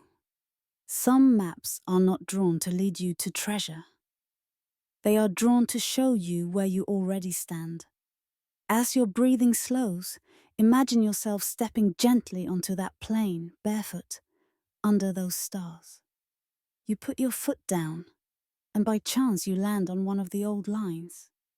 You follow it, not because you can see it, but because something in your body leans that way. Above you, a star glows in the same direction. Below you, a faint, half-buried stone marker waits. You walk between them, held quietly by a pattern older than your worries. Perhaps it was never meant to be found in the way we usually think of discovery. Pinned down, measured, mapped again. Perhaps the sky map's purpose now is simply this: to exist as a story, a soft possibility, an image that returns to you when you look at a bare piece of ground and wonder what lies just under its surface. The night deepens. The stars look down. The desert lies still. And somewhere, beneath a thin skin of sand, the lines of an ancient map sleep in their own gentle geometry, no longer needing lamps or watchers, content to be one more quiet layer in the world's vast, unfolding design. As you drift, slowly, into your own constellation of dreams, the desert is restless when we arrive, not in rage, but in motion. The wind is awake, carrying long veils of dust across the plain. Sand moves in low, running waves that lick at the bases of dunes, smoothing their edges, erasing the faint traces of last night's tracks. The sky is a pale, muted yellow near the horizon, fading into a tired grey-blue above, as if the day itself has been rubbed thin. Through this shifting light, we begin to see a shape. At first, it appears only as a slight interruption in the undulating surface. A low, square shadow at the base of a dune, half buried, half free.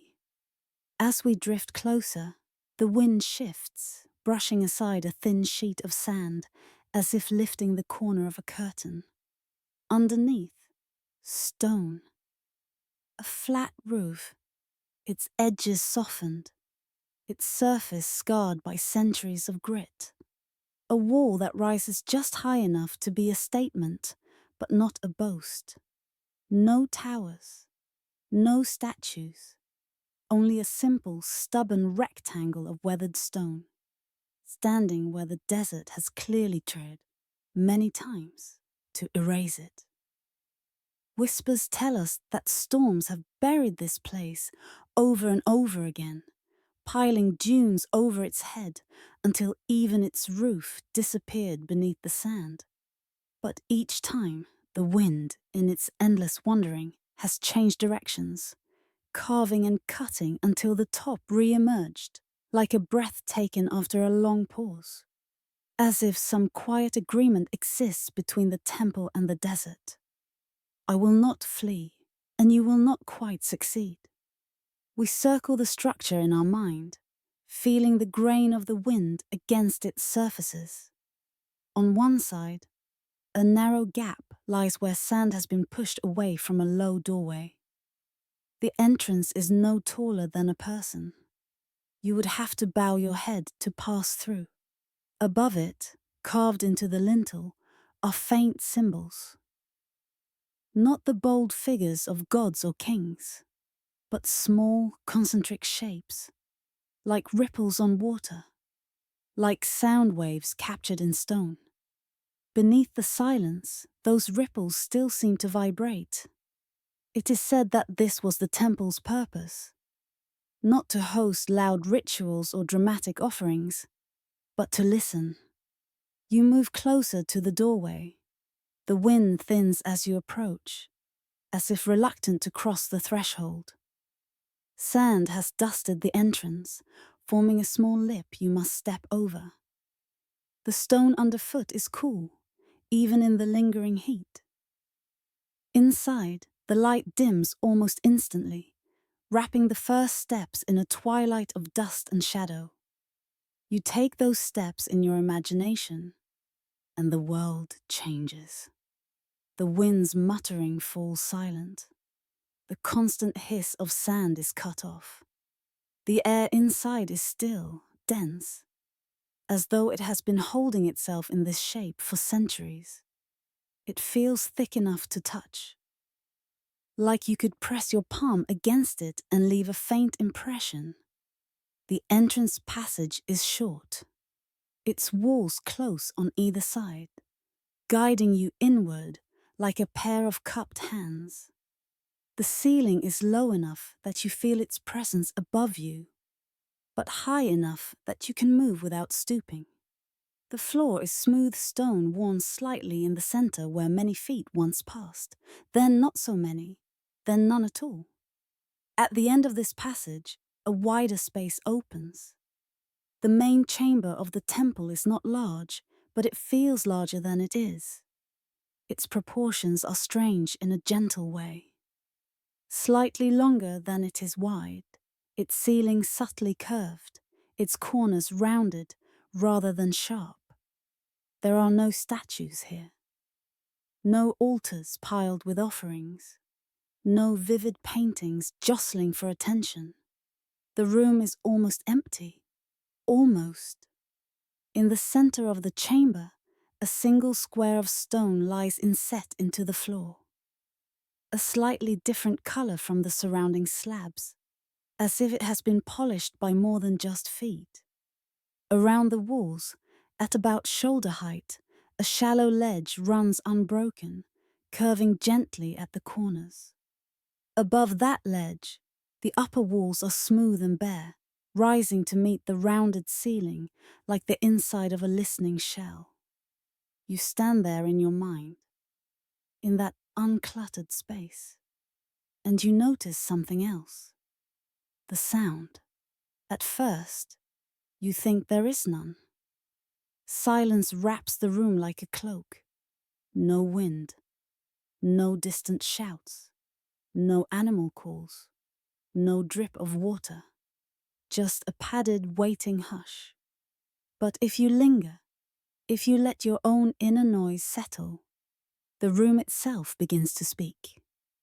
Not in words, but in a kind of careful echo.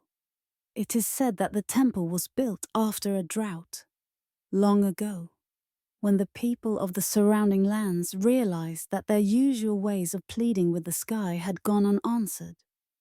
They had shouted in their prayers, they had burned offerings, they had beaten drums, they had filled the air with sound in the hope of filling their wells with water. Nothing changed. So a group among them, priests perhaps, or dreamers, or simply those who had listened to too many failing rituals, decided to try another approach. They sought out a place where the earth itself seemed receptive.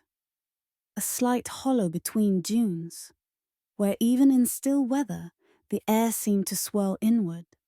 They dug there, tested the ground, listened to the way their own voices bounced back from the walls of the pit. Finding something that felt right, they began to build. Not up, but in and around, shaping a room that would not broadcast their pleas, but catch them, hold them, and let them be heard as they truly were. The temple of silence was raised not to amplify sound, but to slow it down. The walls were shaped and smoothed to catch echoes and send them back gently, so that a single word could linger a moment longer, giving the speaker time to feel its weight. The ceiling was curved to soften any shout into a murmur. The stone square in the center of the floor was placed at the exact point where even the smallest exhale could be heard from every corner, if one was paying attention. In its first years, they say, people came here not to ask for miracles, but to lay down their own noise. A person troubled by anger would enter, stand on the central stone, and speak their fury aloud. The words would travel outward, touch the walls, and return to them altered, softened, slowed, stripped of their edge. That person would listen, and sometimes realize that beneath the anger lay something else. Grief or fear, or love unspoken. A person doubting a decision would come and whisper their dilemma into the room. The whisper would spiral out, touch the curve of the ceiling, and drift back like a breeze, fragile yet clear. In the act of hearing their own thought echoed, they might finally know what they had known all along. The temple did not answer. It reflected. In the height of the empire, when merchants grew wealthy and politics grew knotted, the loudest minds in the city would sometimes be humbled by the quiet here. Rulers would remove their jewelry, leave their retinues at the door, and step barefoot onto the central stone. They would speak not commands, but questions. What happens if we take more than the land can give? How much can we demand before the wells fall silent? Whom are we becoming when we stop listening? The room never told them what to do. It only allowed them to hear themselves more truly. But as with all things, Time worked its changes. The desert climate grew harsher. The empire's neighbors grew more aggressive, more insistent. News of far-off wars reached the city, carried in the mouths of frightened travelers. Where once leaders sought the temple to consider, now they were pulled more often to war chambers, to dusty tables scattered with maps of borders and troop movements. The age of listening began to dim. Some still came to the temple, but fewer. Silence is hard to tolerate when fear grows loud. It is easier to shout than to sit. It is easier to build new walls than to hear how the earth shakes beneath the old ones. Years of sandstorms followed, hardening the land and hearts alike. One storm, they say, was fiercer than the rest. The sky darkened at noon. Winds screamed across the plains, carrying sand like knives. Dunes moved as if alive, their slopes collapsing and rising in panicked waves. When it was over, many familiar landmarks were gone. Among them, the temple. For a time, it vanished entirely beneath the dunes. People searched for it, some out of devotion, others out of curiosity, others perhaps out of desperation. They walked where they thought it had been, sinking to their ankles in fresh drifts, their memories unreliable under the rearranged horizon. They dug a little, called softly at the sand, then gave up and moved on. The desert, it seemed, had swallowed the temple at last. But the wind is as changeable as breath. Seasons turned. In some years, the storms came from a slightly different direction. Instead of piling sand onto the hill where the temple slept, they shaved it off, carrying it farther afield. The desert reshaped itself, dunes migrating like tides. Slowly, the temple's roof reappeared. First, just a corner of the stone. Then more.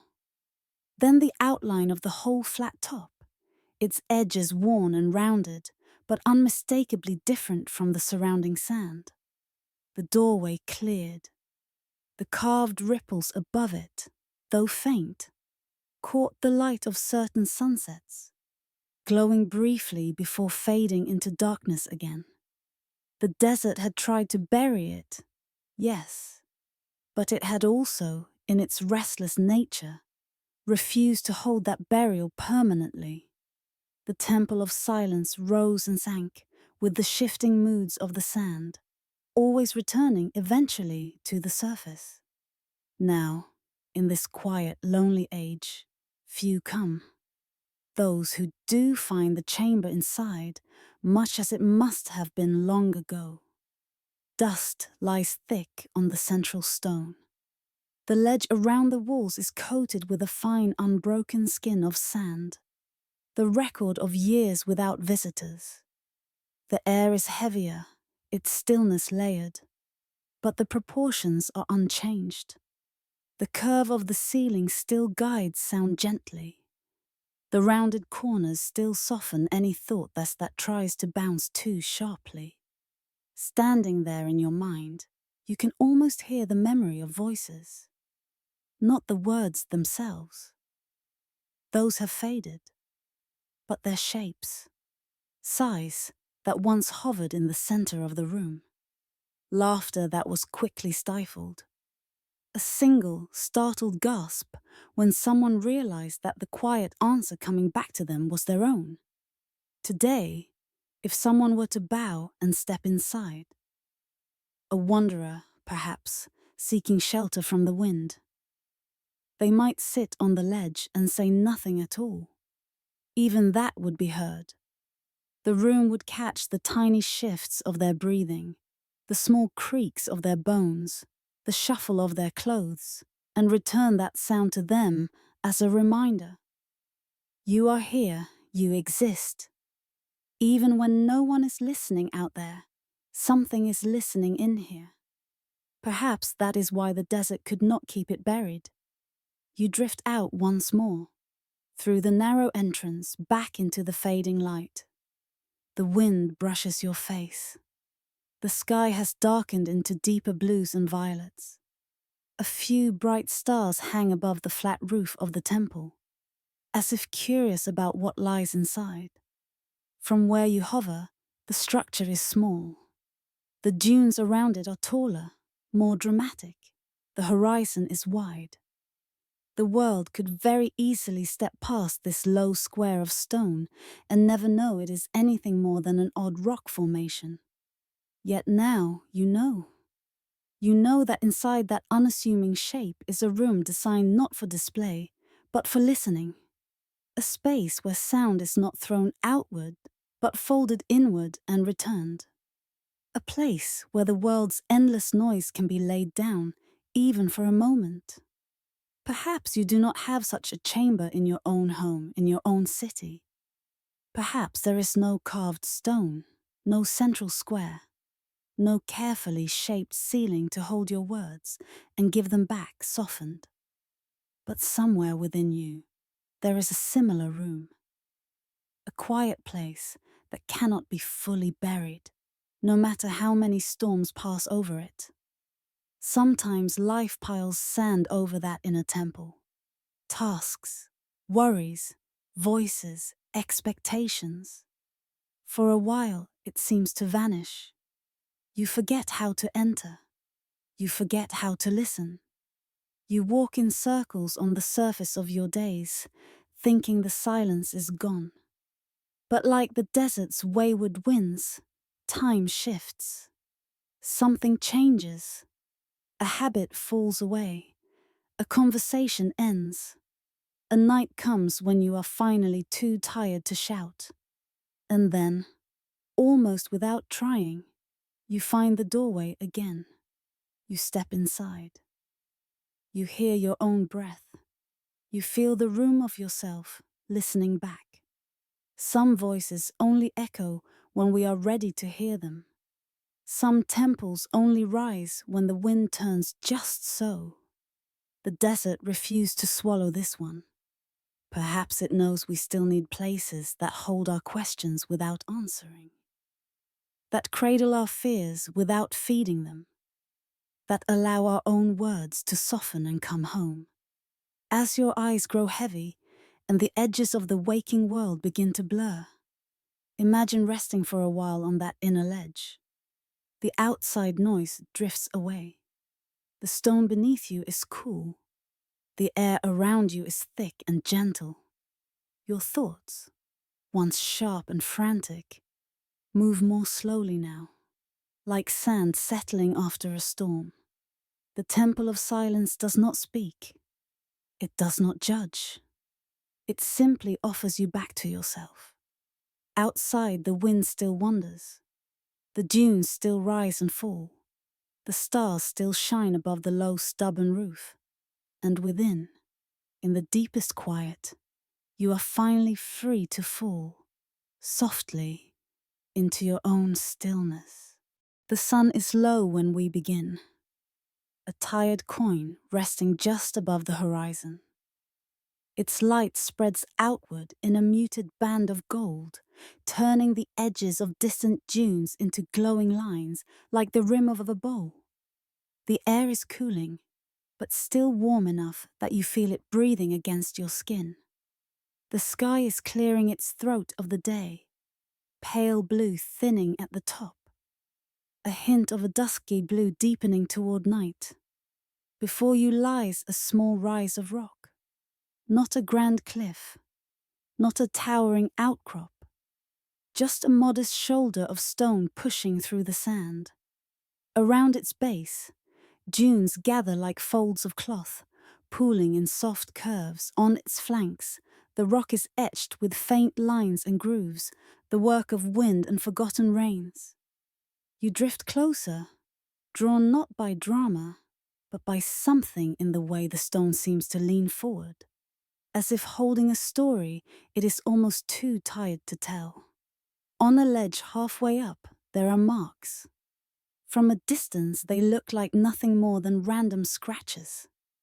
But as you come nearer, the pattern emerges. Lines crossing lines, small curves, repeating shapes. The traces of writing, an old script, its edges rounded by time, its inner spaces filled with grains of dust. Whispers tell us that this was once a hall of names.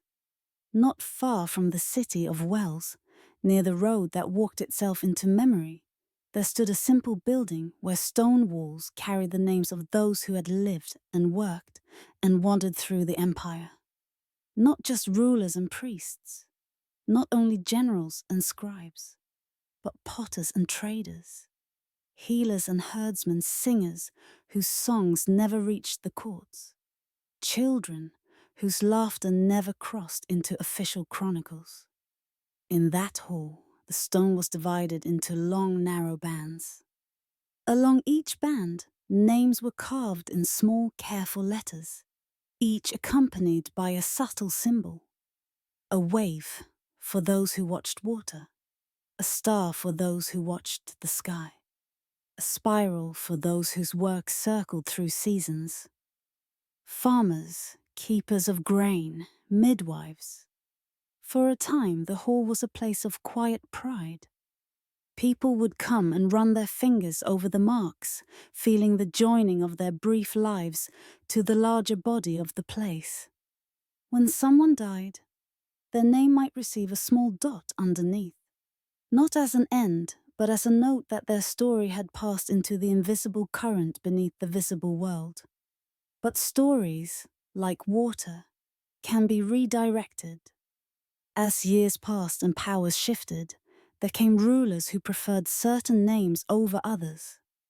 Names that spoke of conquest, of lineage, of triumph in battle. Names that supported the narrative they wished the future to hold. The Hall of Names, with its mixture of humble and grand, became inconvenient. It is said that the first erasure was hesitant. One day, a group of officials stood before a section of the wall where the names of those who had opposed a new tax were carved. Along with the modest marks of their lives, grain counters, caravan leaders, a teacher of young children whose lessons had encouraged too much questioning. Their names were still visited, still traced by the hands of friends and kin. A hand holding a chisel hovered over the first name for a long time. Then, with a single decisive stroke, the sharpness of the letters was broken. The work was not as dramatic as toppling statues or burning scrolls. It was small, almost delicate.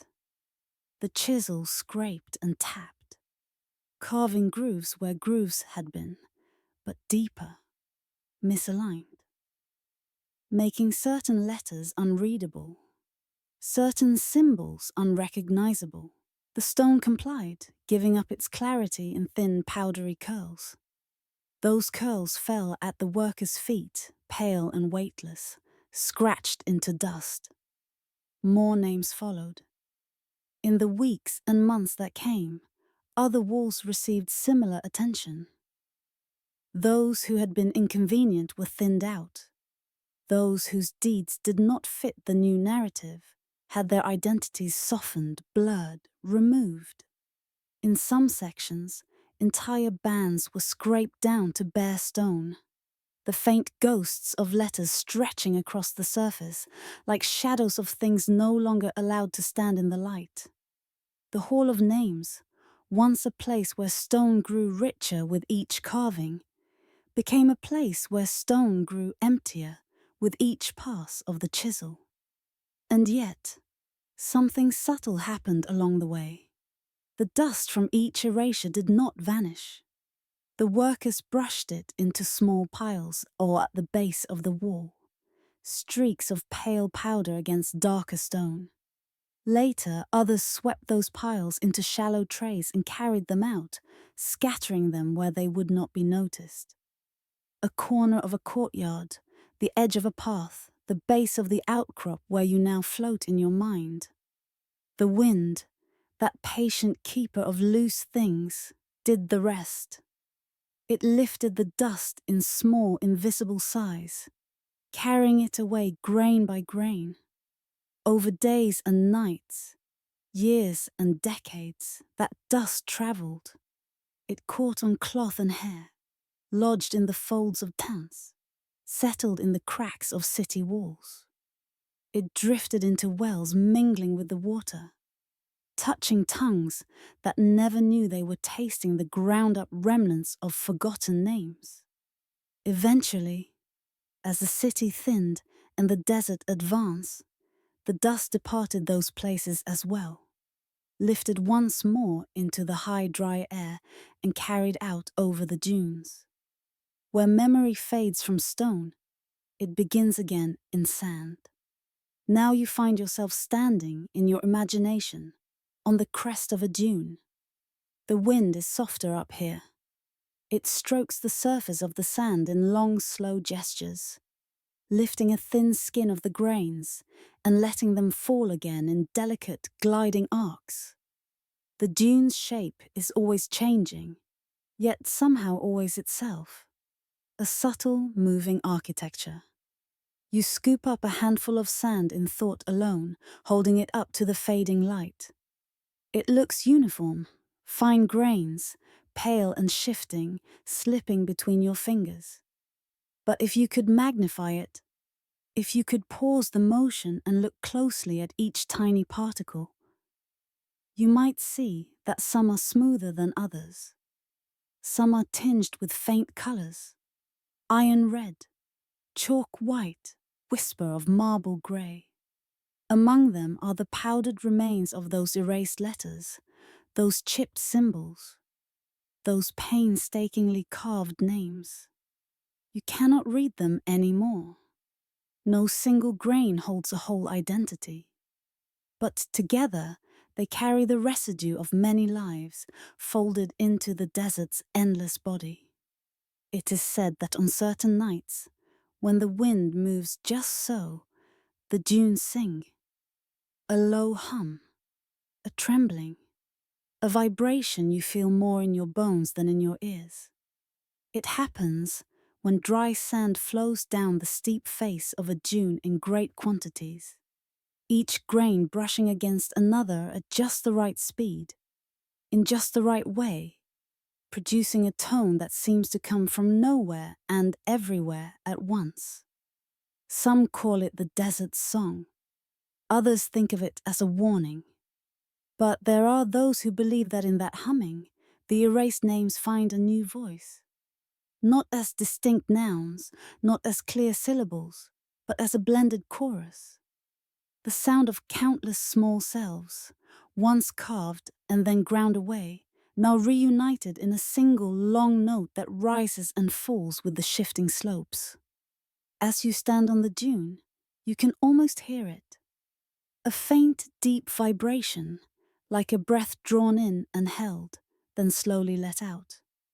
It shivers through the sand under your feet, travels up through your legs, rests in your chest. It is not a melody you can hum. It is not a word you can translate. But it touches something in you that recognizes what it feels like to have been a, and then to be gone. And yet not entirely gone. Beneath the silence, the nameless are still present. You turn, and the desert stretches around you. Waves of sand, scattered rock, the distant line of the horizon folding itself into the first blue of coming night. No hall of names stands. No carved walls gleam. Yet you sense that you are surrounded by more memory than any stone room could hold. Perhaps this is the Empire's final act of inclusion.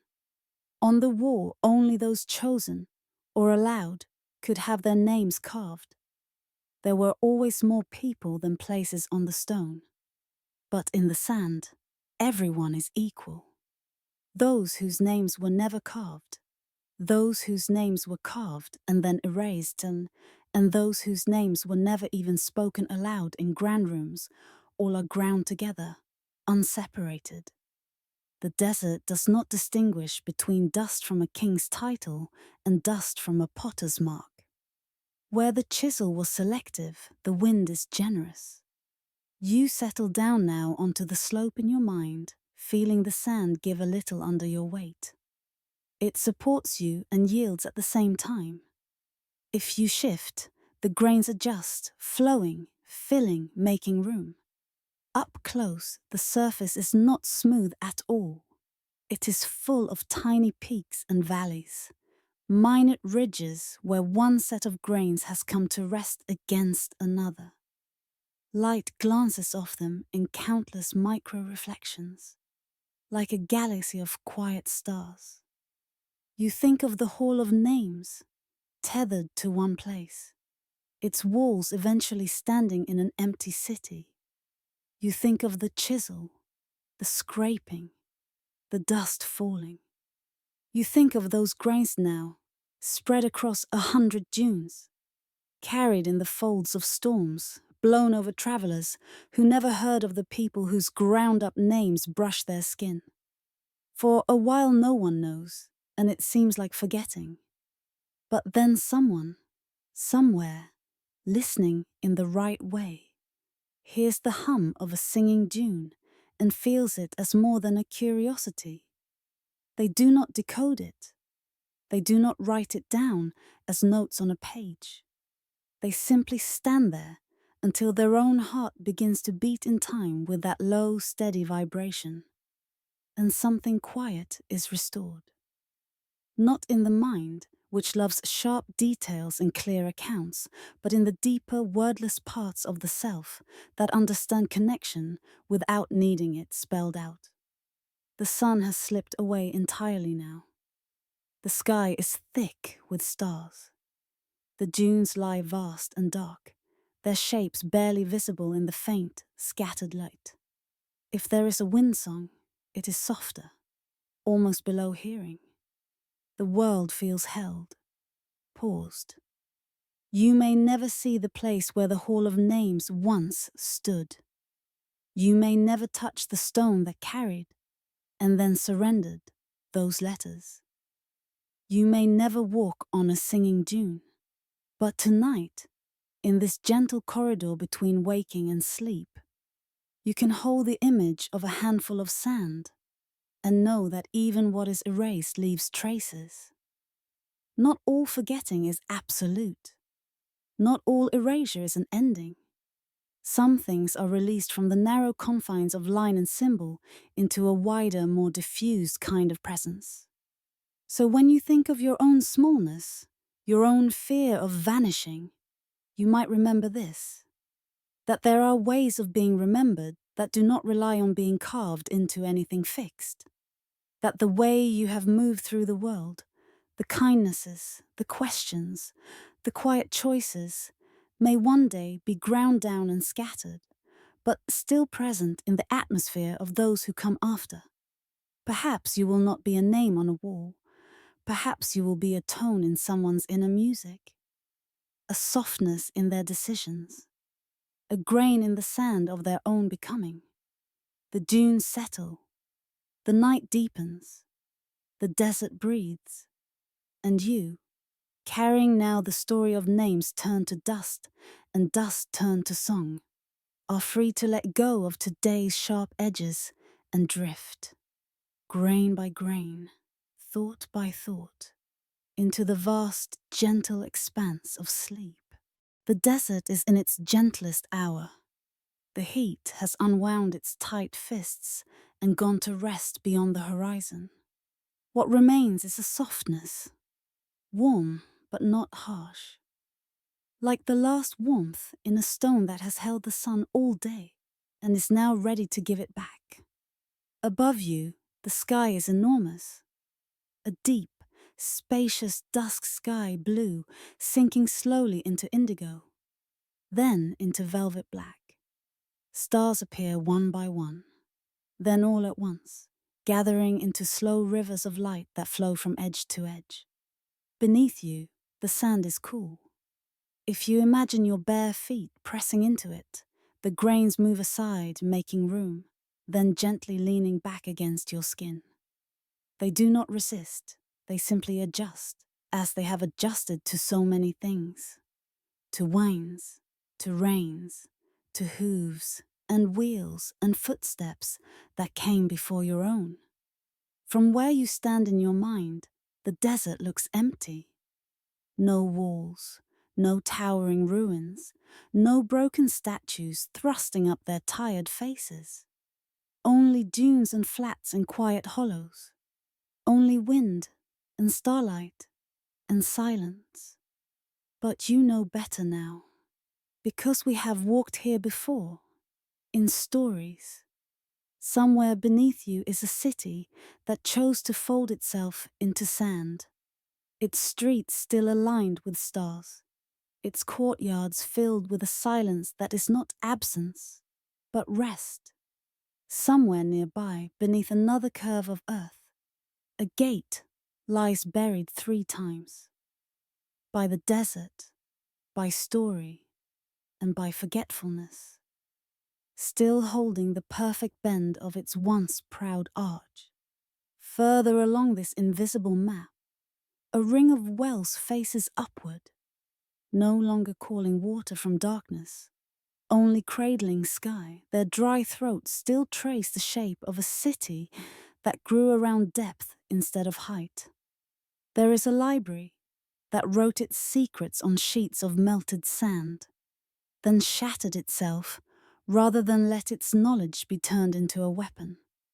Its fragments glitter now in dress that no one thinks to read.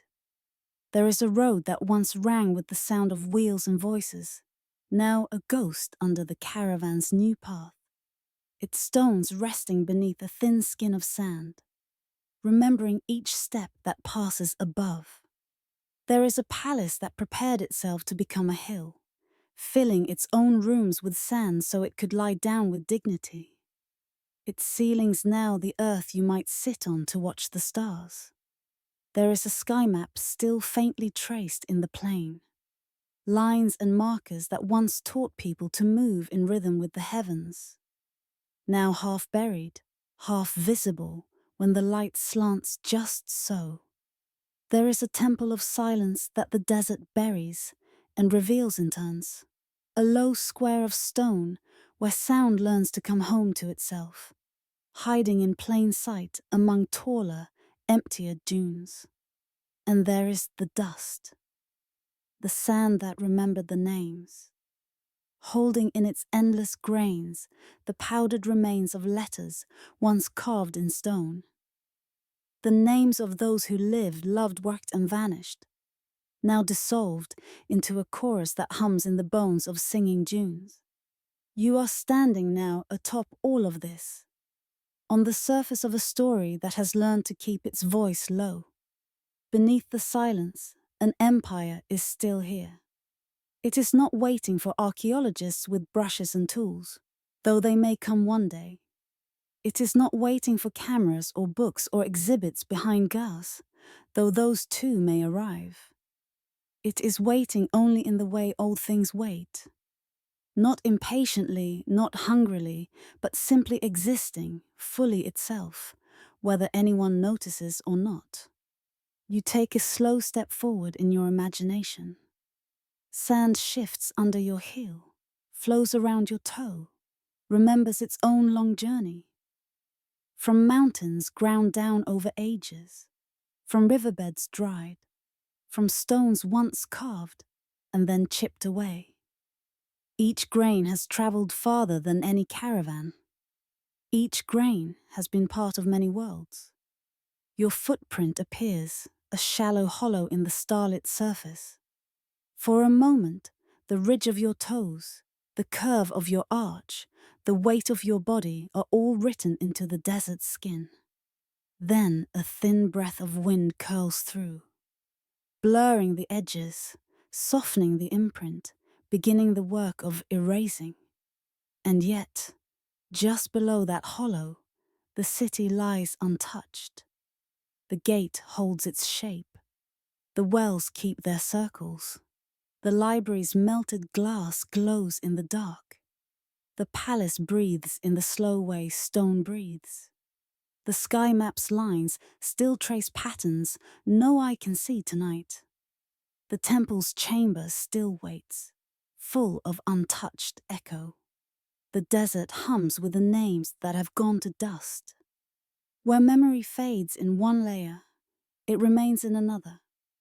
We tend to think of history as something behind us, a straight line stretching backward into distance.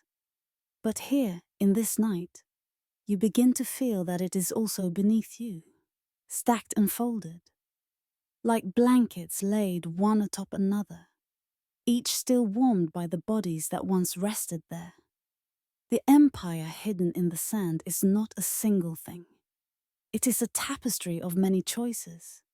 Some choices were loud, wars avoided, rituals changed, caravans redirected. Others were quieter, a library choosing to unwrite itself, a palace choosing to lie down, a city choosing not to scream as it sank. All of them are still here, in the patterns of the land. You lie back now in your mind, on the slope of a gentle dune. The sand supports you, adjusting its shape to yours, as if offering a bed made from the ground itself.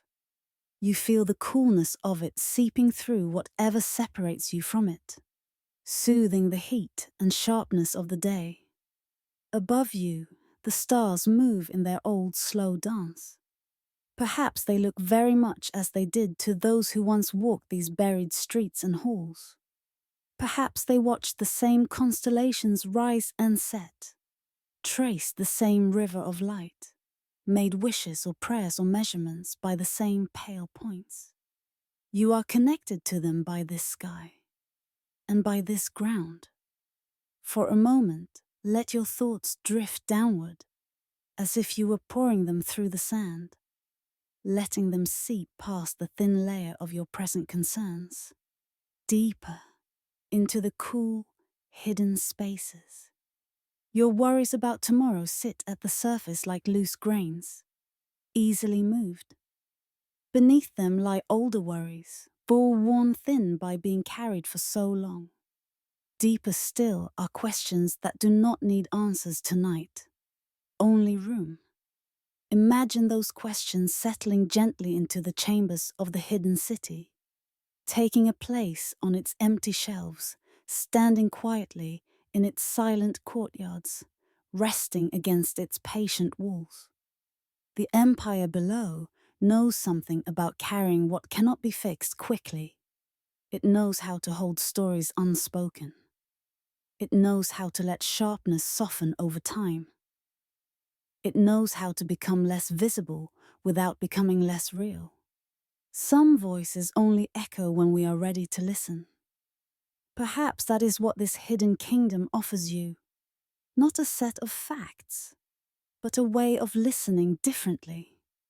A reminder that much of what matters in life happens below the surface, in the quiet arrangements of the heart, in the unspoken kindness, in the decision not to rise when you could, but to rest when you must. If you listen closely, beneath the faint hiss of the breeze, you might almost hear the layered life of this place, the murmur of water that once moved in channels under the wells, the soft tread of bare feet on polished stone, the crackle of furnaces transforming sand into glass, the steady rhythm of chisels carving names into pillars, the low, careful voices in the temple of silence, testing their own truths. Or maybe you hear only your own breath, going in and out. That is enough. You do not need to reach the buried city. You do not need to uncover the gate, or sip from the wells, or stand on the palace floor. It is enough for tonight to know that they are there. That under the thin skin of the world you touch each day, countless other worlds are resting. That beneath every road, another road sleeps. That under every ordinary hill, there may lie a carefully folded house. That under every desert, there may be a place where people once chose listening over shouting. An empire hidden in the sand is not asking to be rescued, It is not a puzzle waiting to be solved. It is a companion, a quiet reminder that endings can be gentle, that retreat can be dignified, that strength is not always loud, and that survival is sometimes a matter of changing shape, not clinging to one. As sleep draws closer, you might imagine the desert not as emptiness, but as a vast, patient archive. Each dune a page, each grain a letter, each buried wall a sentence in a language that speaks to the body more than the mind. You turn, just a little, on your imagined bed of sand. The stars blur at the edges of your vision, as if viewed through a veil. Your thoughts loosen, untying themselves from urgency. Above, the night continues. Below, the empire waits, unbothered by time. Perhaps, as you dream, you will walk its streets again. A visitor moving softly through rooms of stone and dust, reading nothing yet understanding everything you need to in the hush of that place. For now, let the knowledge of it cradle you, that beneath your feet, beneath your worries, beneath the passing noise of days, there is a deep, steady layer of the world that has already learned how to let go, how to be quiet, how to endure. An empire hidden in the sand, waiting quietly beneath all of our footsteps, as you, at last, let yourself rest.